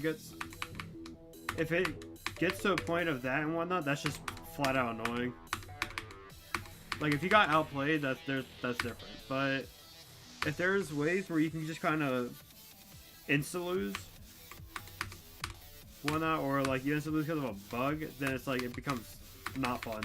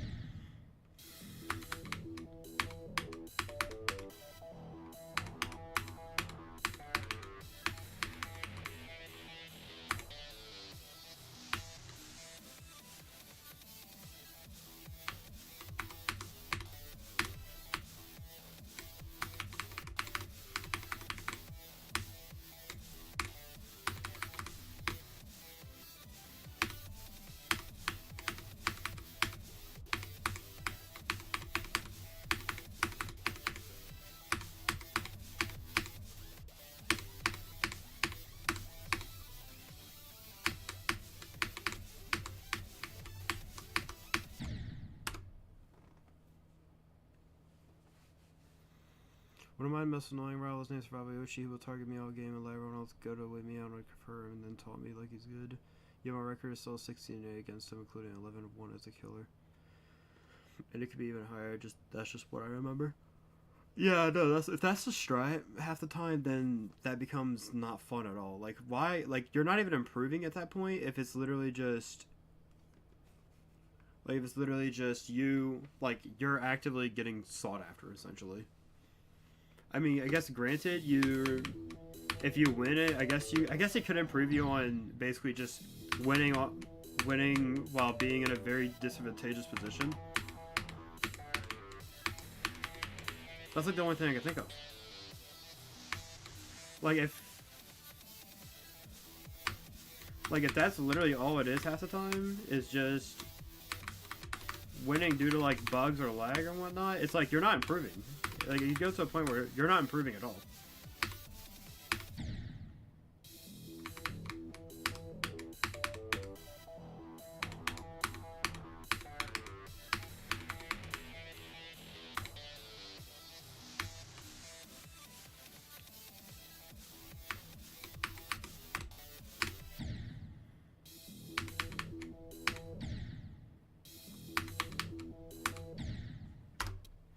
Yeah, I've been able to win a bunch of times with people targeting me since I could generally read killers super well and read runners well, but sometimes there's nothing I could do.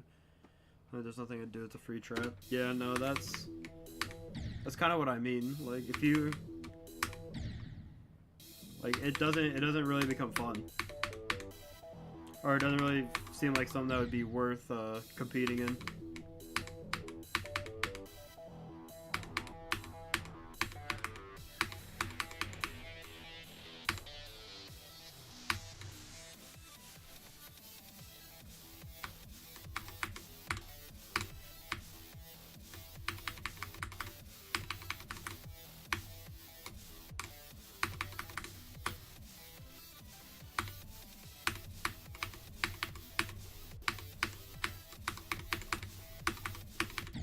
My God, bro.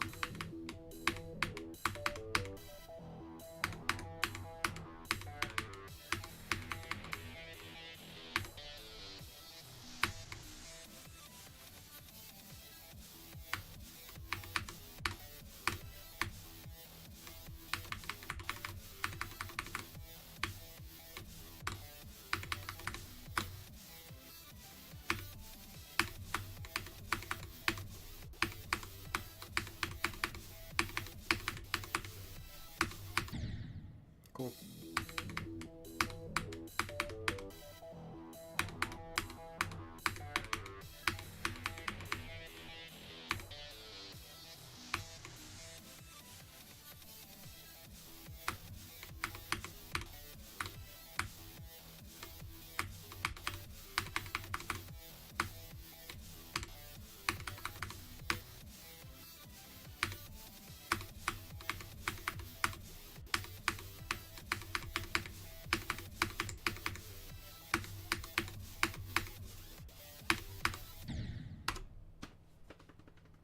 It's also really weird, especially with these clicks, that for some reason they're like, for some reason when you get to the final click and the second to last click, they're misaligned more. Like the timing is even tighter on those, even though they are off sync and they're everything else. Like these first two timings aren't actually that bad. The last two are the bad ones. Yeah, I mean, I still have Death Run and you have items to help with traps. I just ran out and don't want to get Robux and stuff. I wanted to, like, could technically buy like trap jammers, but I don't know. It seems cheap. But that's the thing, though. That's what people are gonna do, you know.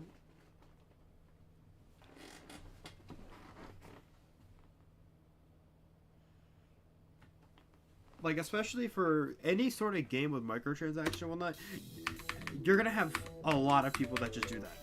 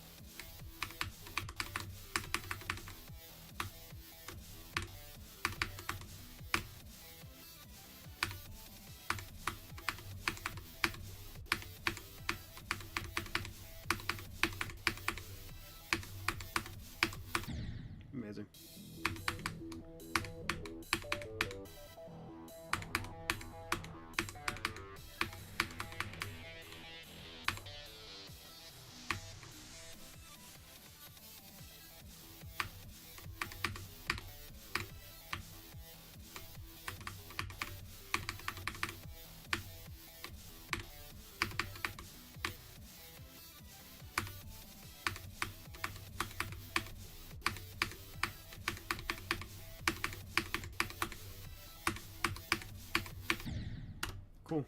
Yeah, there's a few people in here who spent hundreds on that game, and also the community has gotten way more toxic with boosters and people looking to make people rage for no reason. Yeah, I mean, like, if that's the case, then it's like, what's, like, I wouldn't want to go ahead and play against it, you know?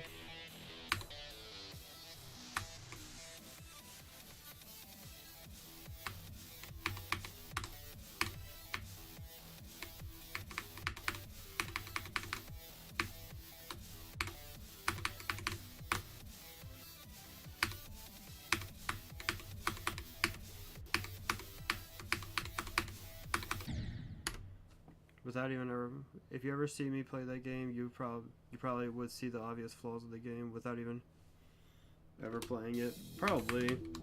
But I mean, like I said, there's some games that have very obvious flaws when it goes to a point, but when it goes to a point of being like obnoxious to play against, that's when I absolutely don't want to play.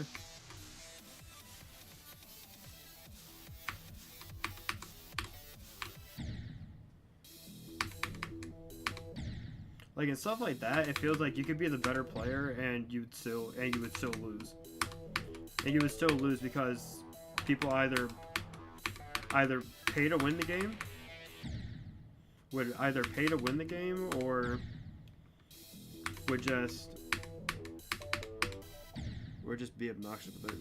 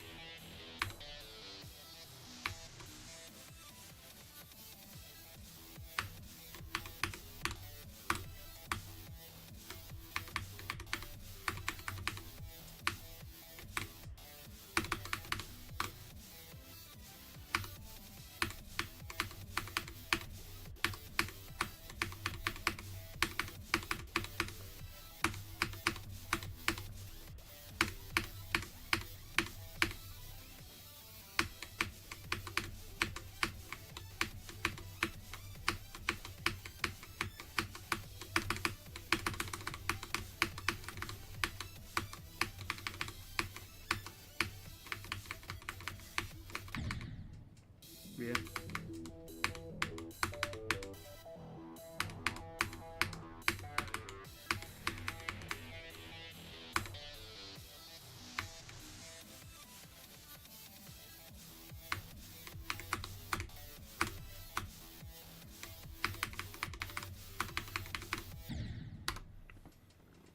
The other night I was raging so hard. That's essentially what was happening to me like 7 to 8 times.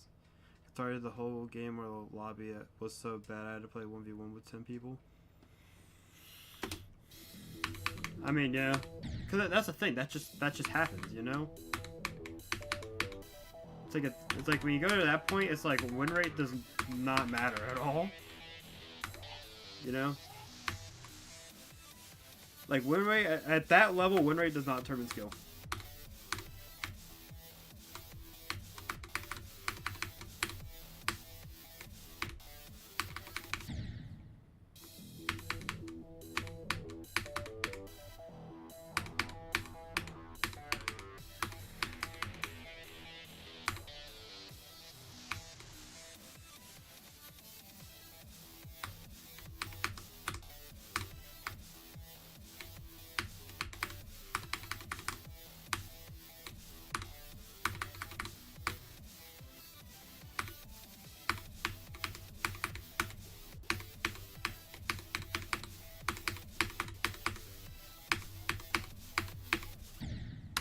Cool. Plus, so many people have boosted win rates. Like the 98% guy at farm, he's got a boosted win rate, so he targets me too.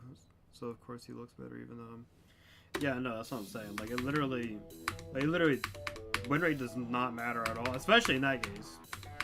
Especially in that game, win rate literally doesn't matter.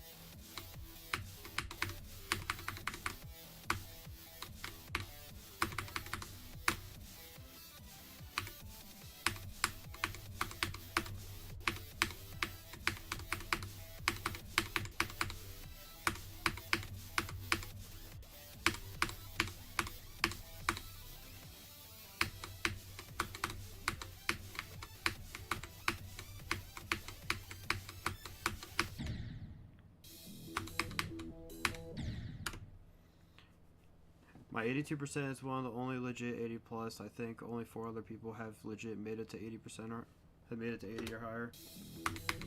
I mean, yeah, but you also, listen, you're getting to a point right now where you win 25 games and you increase by like literally 0.04%.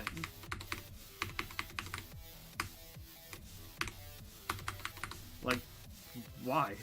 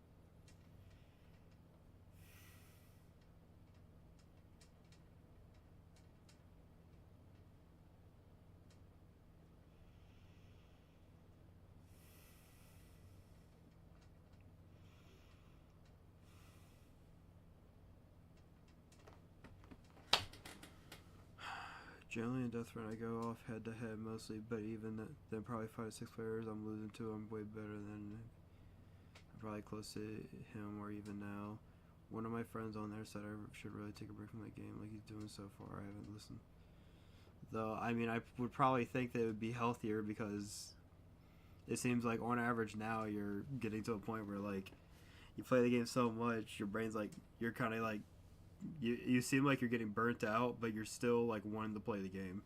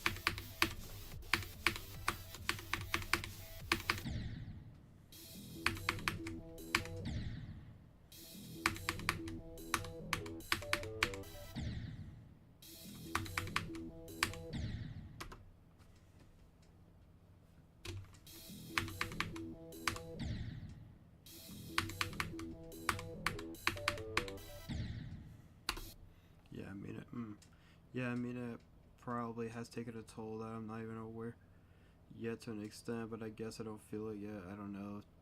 But here's the thing though, is that like it's visible, you know? It's visible.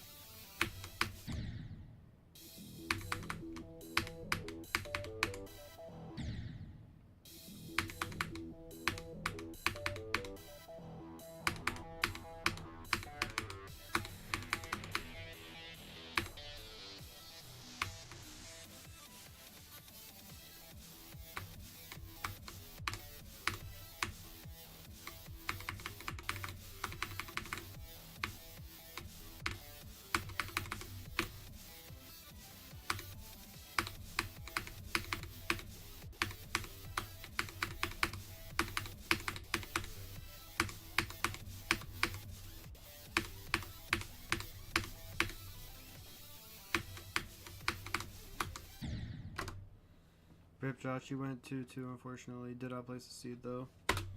Outplaced his seed? Outplaced his seed? And you're... Wait, hold up. You're telling me he would... Okay, to be fair, he made an upset. If he made an upset, he did go 2-2, but it's like... Okay. Yeah, outplaced the seed. I mean... You never know at brackets like those, you know?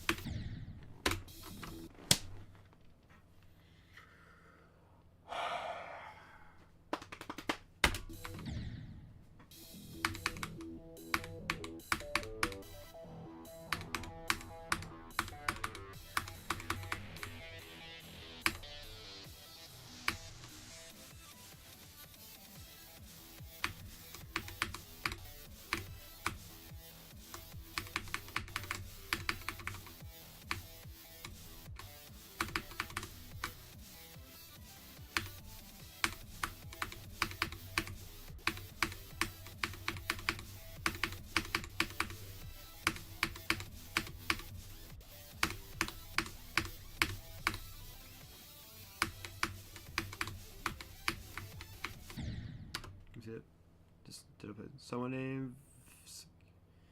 I'm trying to think if that sounds familiar, bro. I probably would have went like 1 and 2, unironically.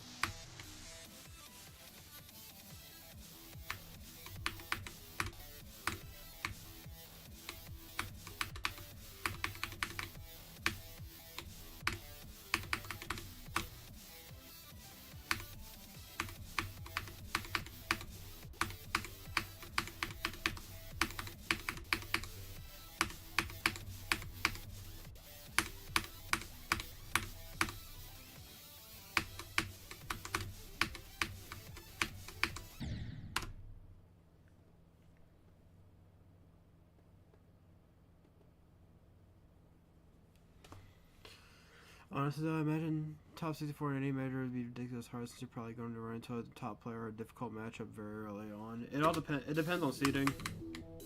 It also depends on the major. There's some majors where top 64 is significantly easier than others.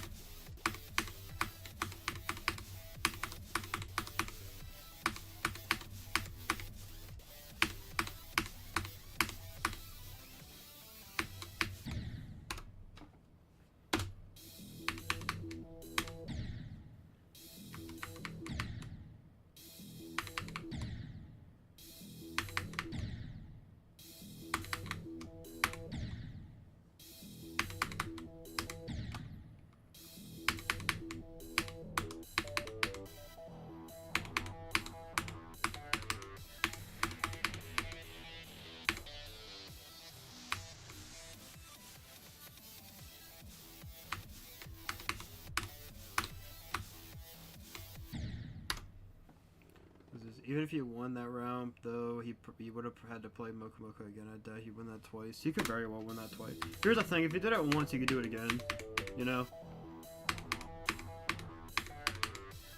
He had enough Yoshi experience to. He had enough Yoshi experience to win that again.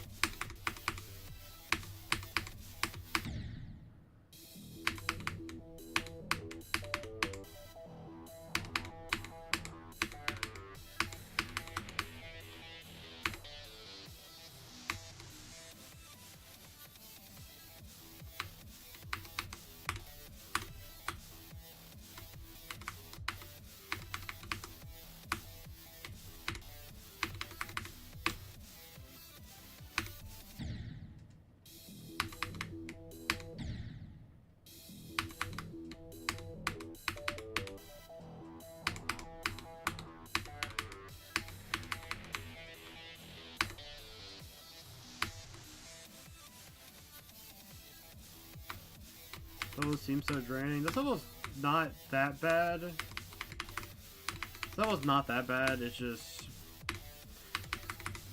It's more or less like dying to everything else before actually dying to the hard mess. But then the moment you get to the hard stuff, it's relatively hard. It's relatively pretty far into the level. That's like the only thing.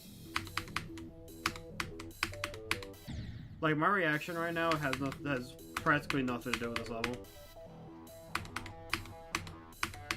Like, you get to a point where, like, you're used to it, you know? You clock into your 9 to 5 verification. Not your 9 to 5 completion.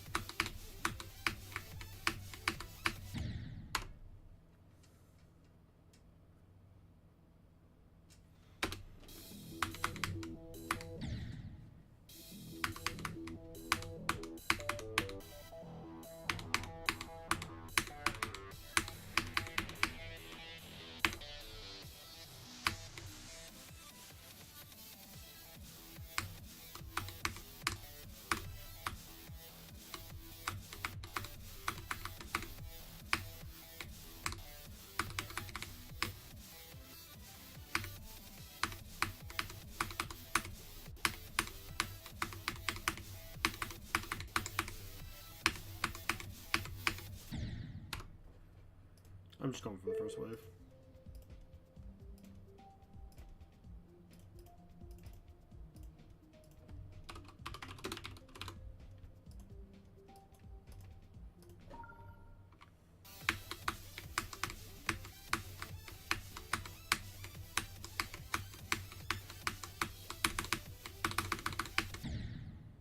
Why am I dying there?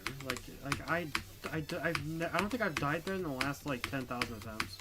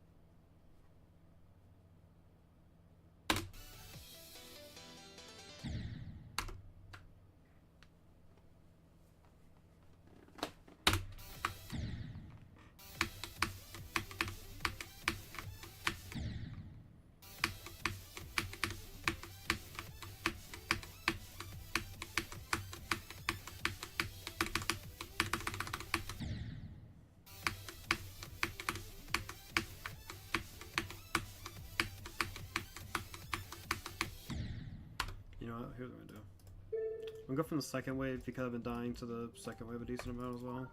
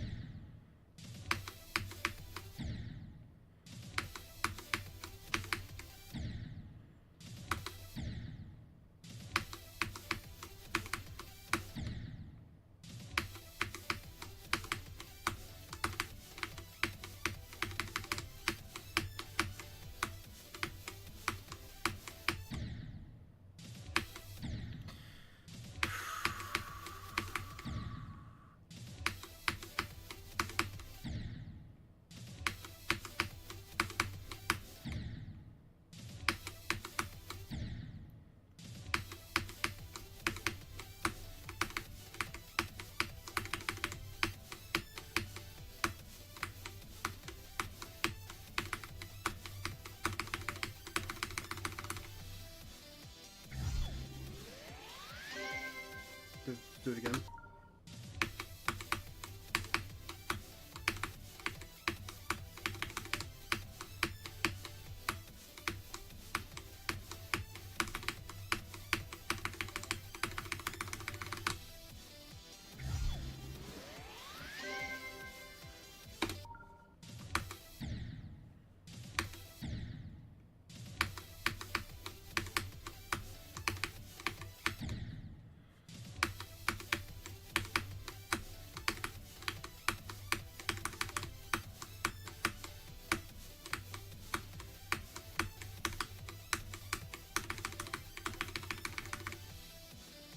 Alright. Okay, so I just did this level like 3 times. Alright, let's go back to the other one.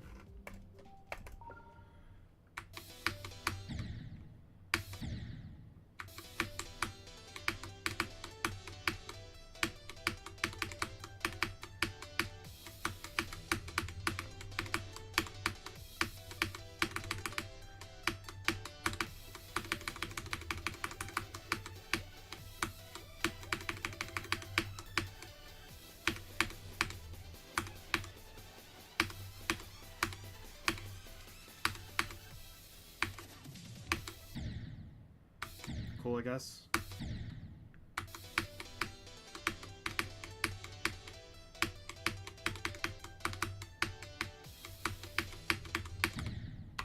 Yeah, let's go. I'm just going from the beginning. I'm going back to the beginning.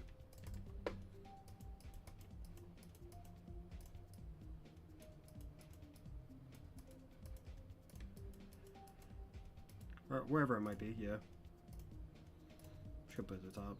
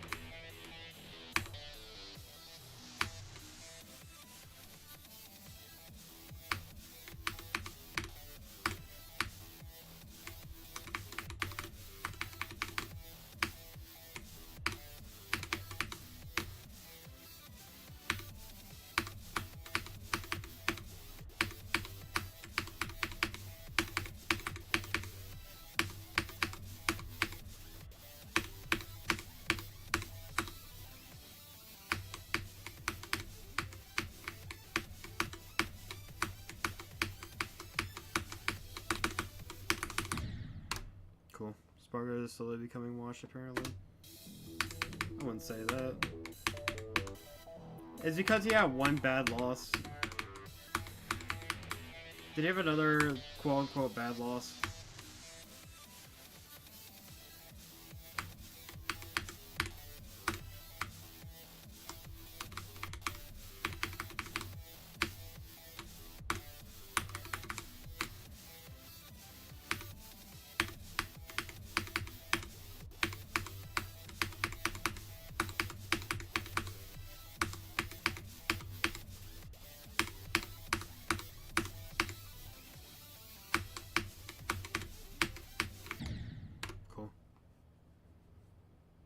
He lost in round 2. He lost in round 2 pulls someone named Castle. I actually know that person. They're a really good player.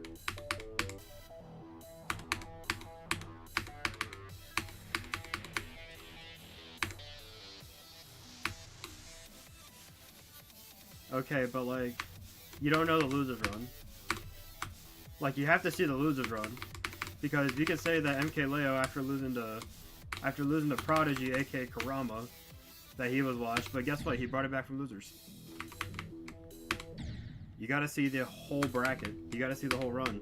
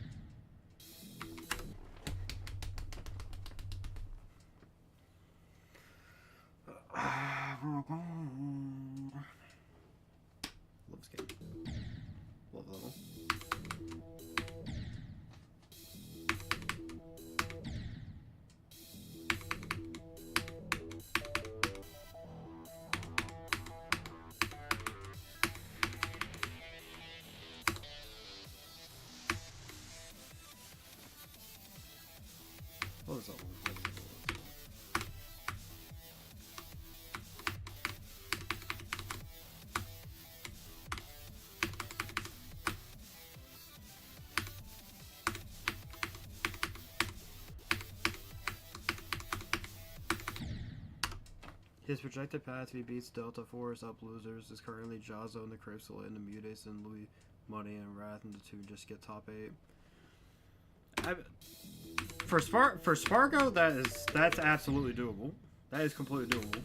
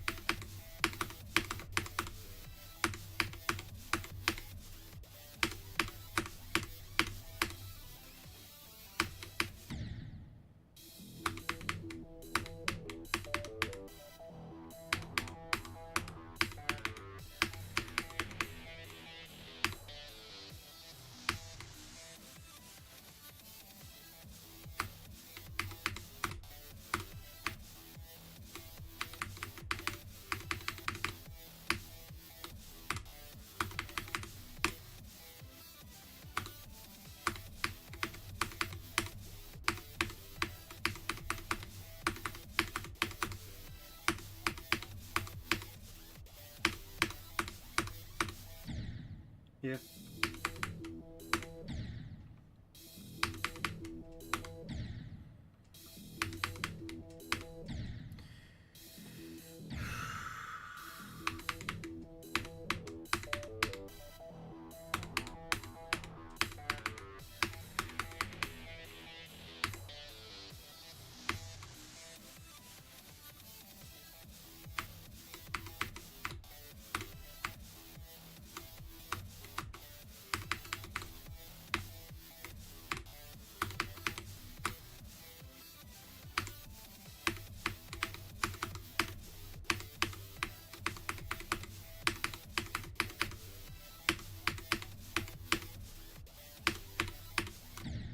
Yep. Okay, so the second spike gap's also buffed. What? Okay, like the first one's not like it's not offset. But the second to the fourth one, the second to the last one is like they're all offset.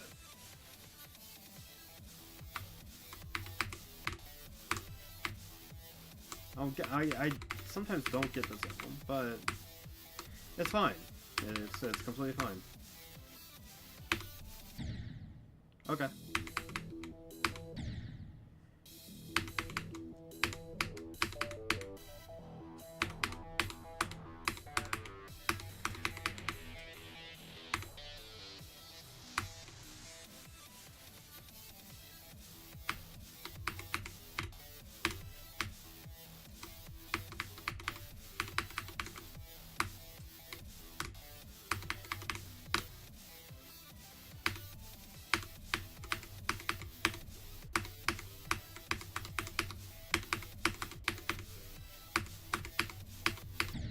All right.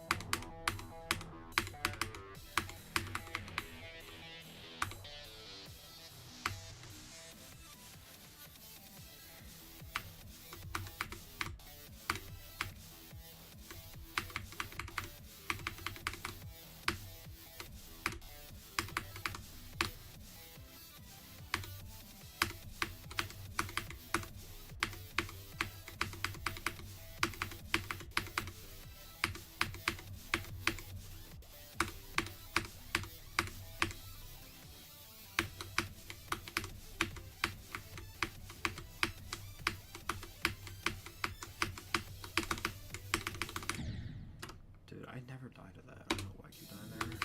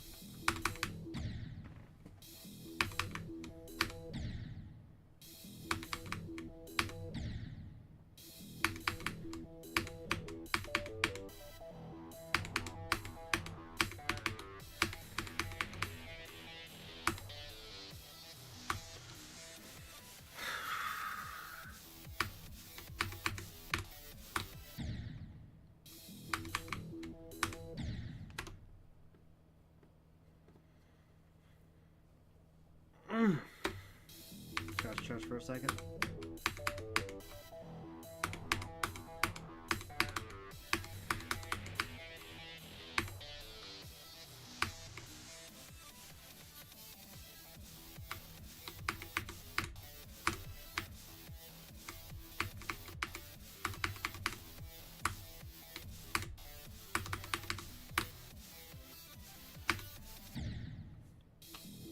I lose to the Mario Party transition.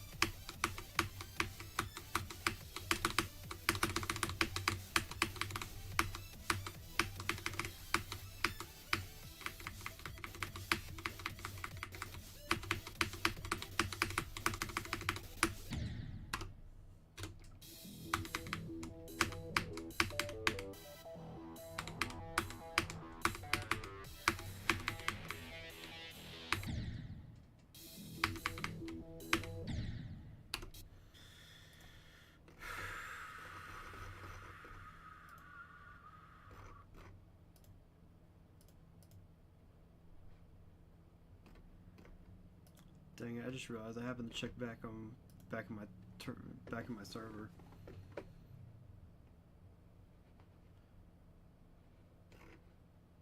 I just happened to check back in my server. Someone pinged for games. I'm like, man, I look-y feel bad now.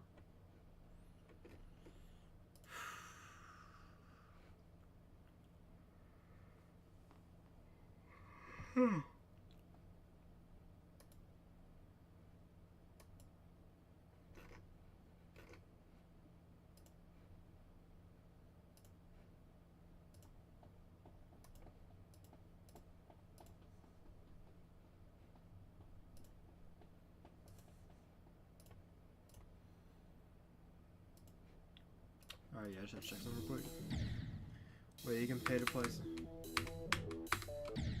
Wait, you can pay to play something? Wait, what? Hope, what are you talking about?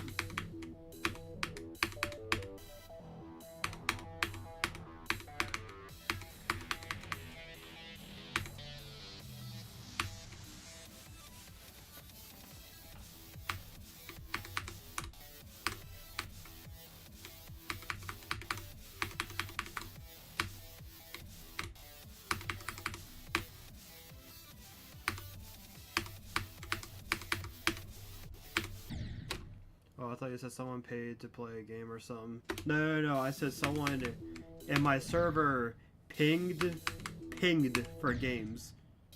Like you mentioned a role that people have in order to get friendlies.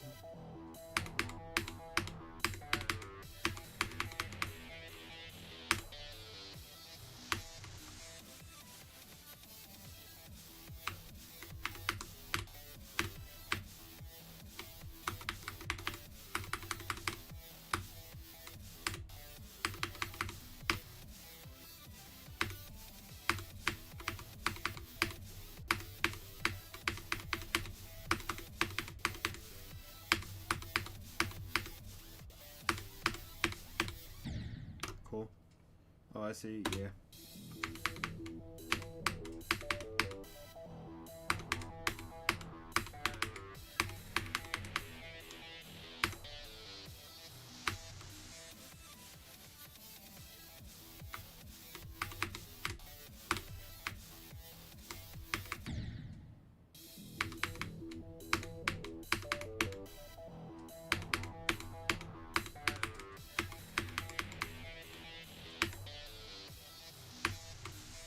The stream is a little choppy for some reason. Keeps buffering.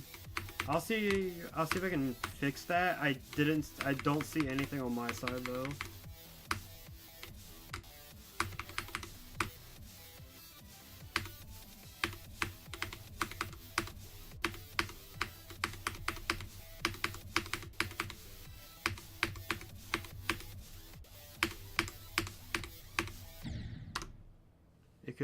It could just be my phone. It could be that. I don't see anything on my side. Let me check.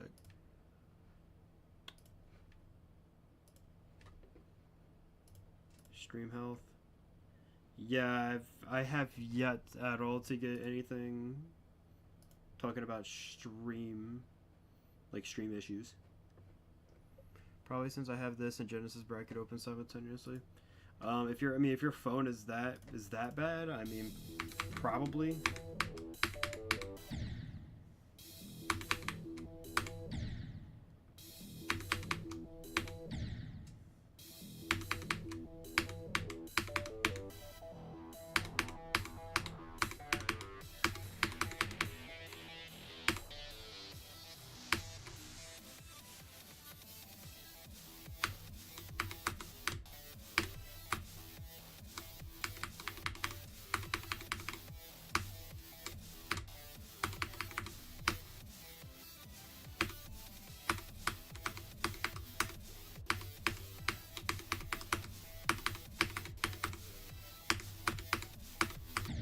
Cool.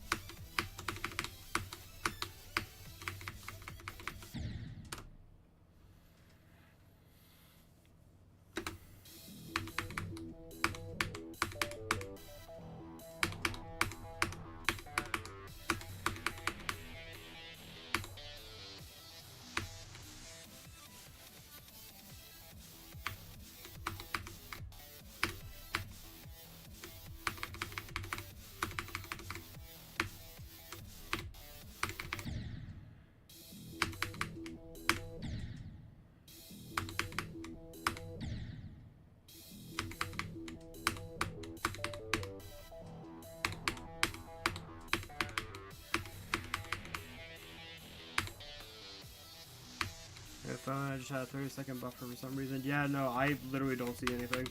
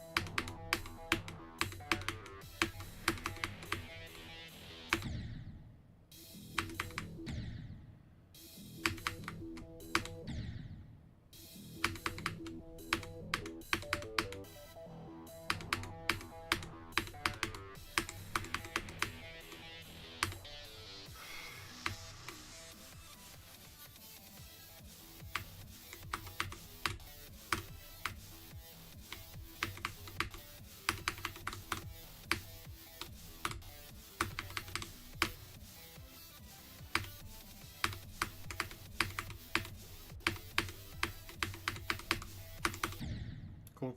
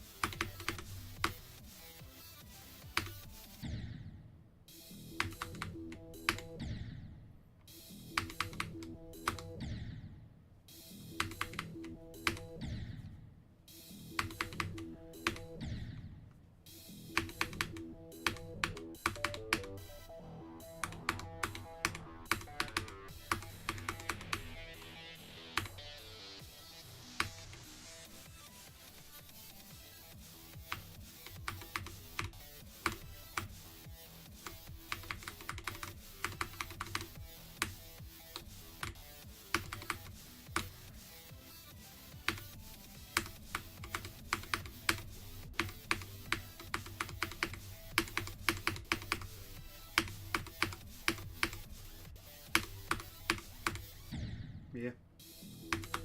Wait, so it's not buffed. Wait, so the third click isn't buffed. Wait, huh?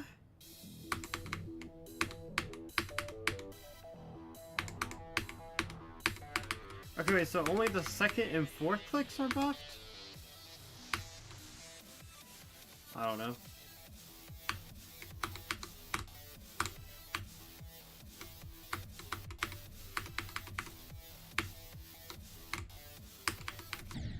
Cool.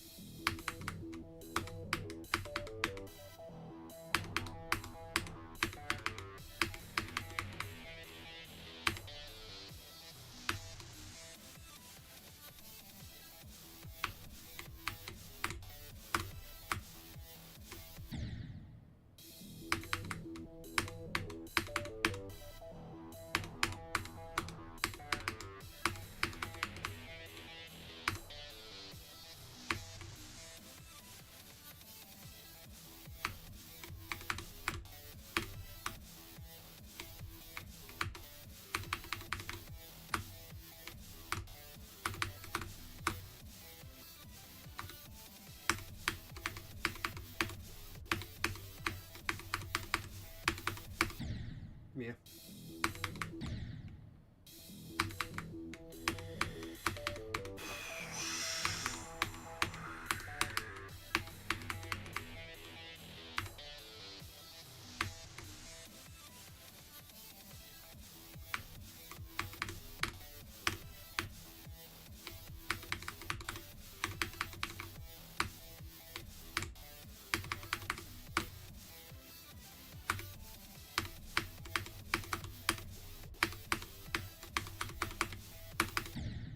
Nice.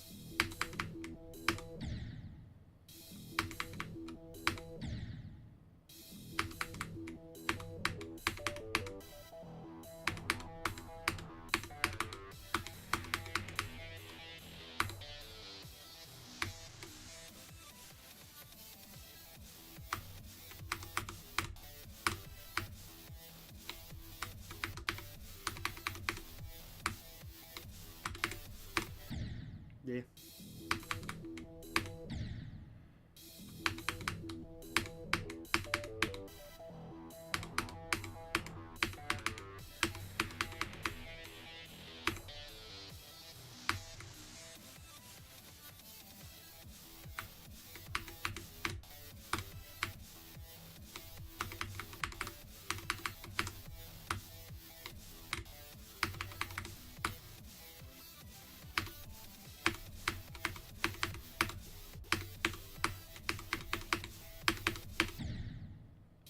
Yeah, the frame perfect death. You know, that kind of happens sometimes.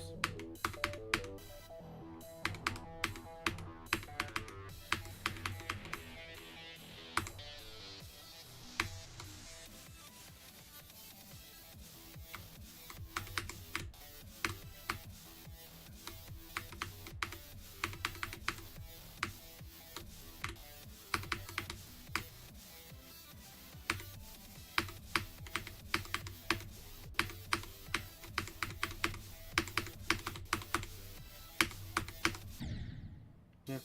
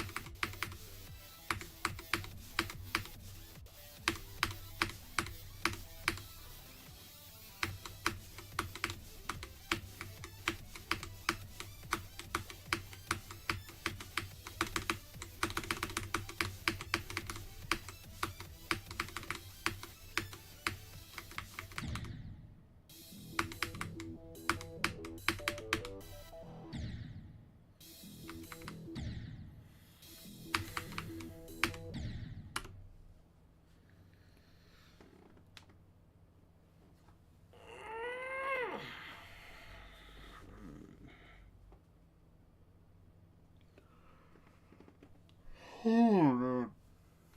Mm.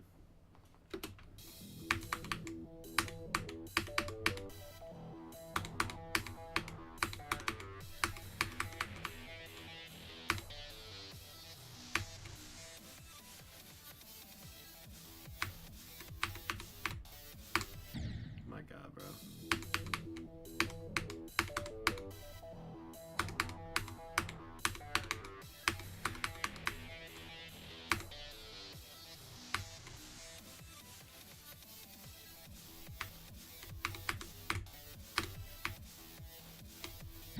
Nice.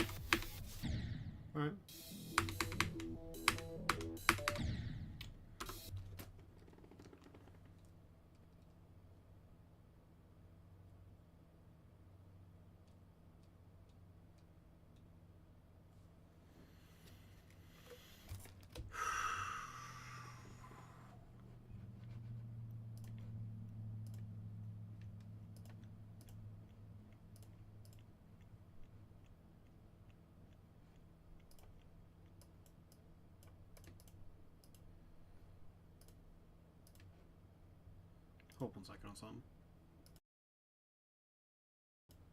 Alright.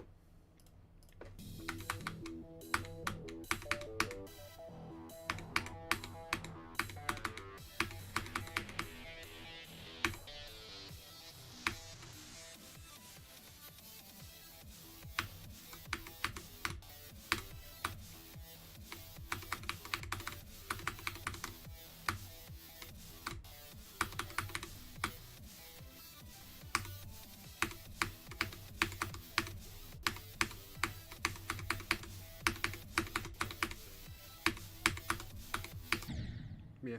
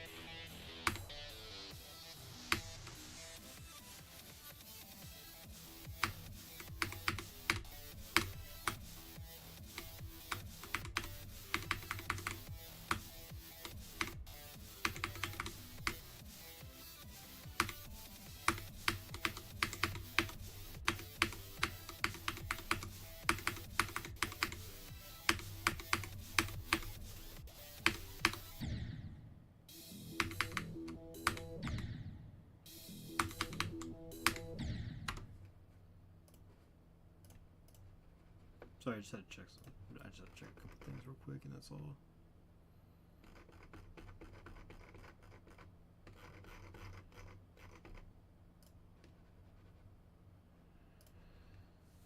That's all. I just had to check a couple things.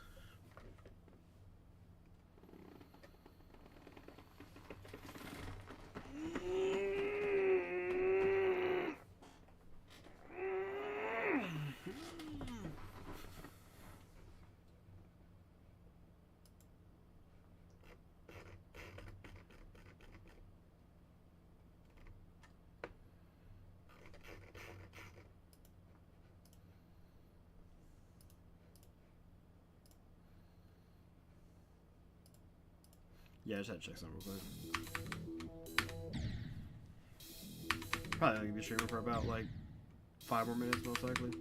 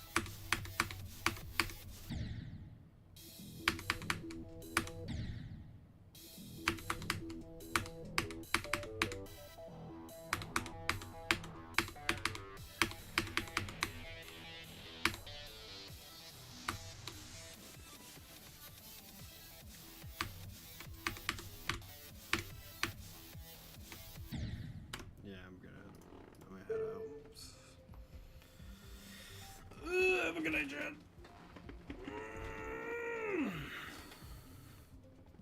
Have a night, chat. I will talk to y'all later. Thank you for everyone who stopped by in. Alright.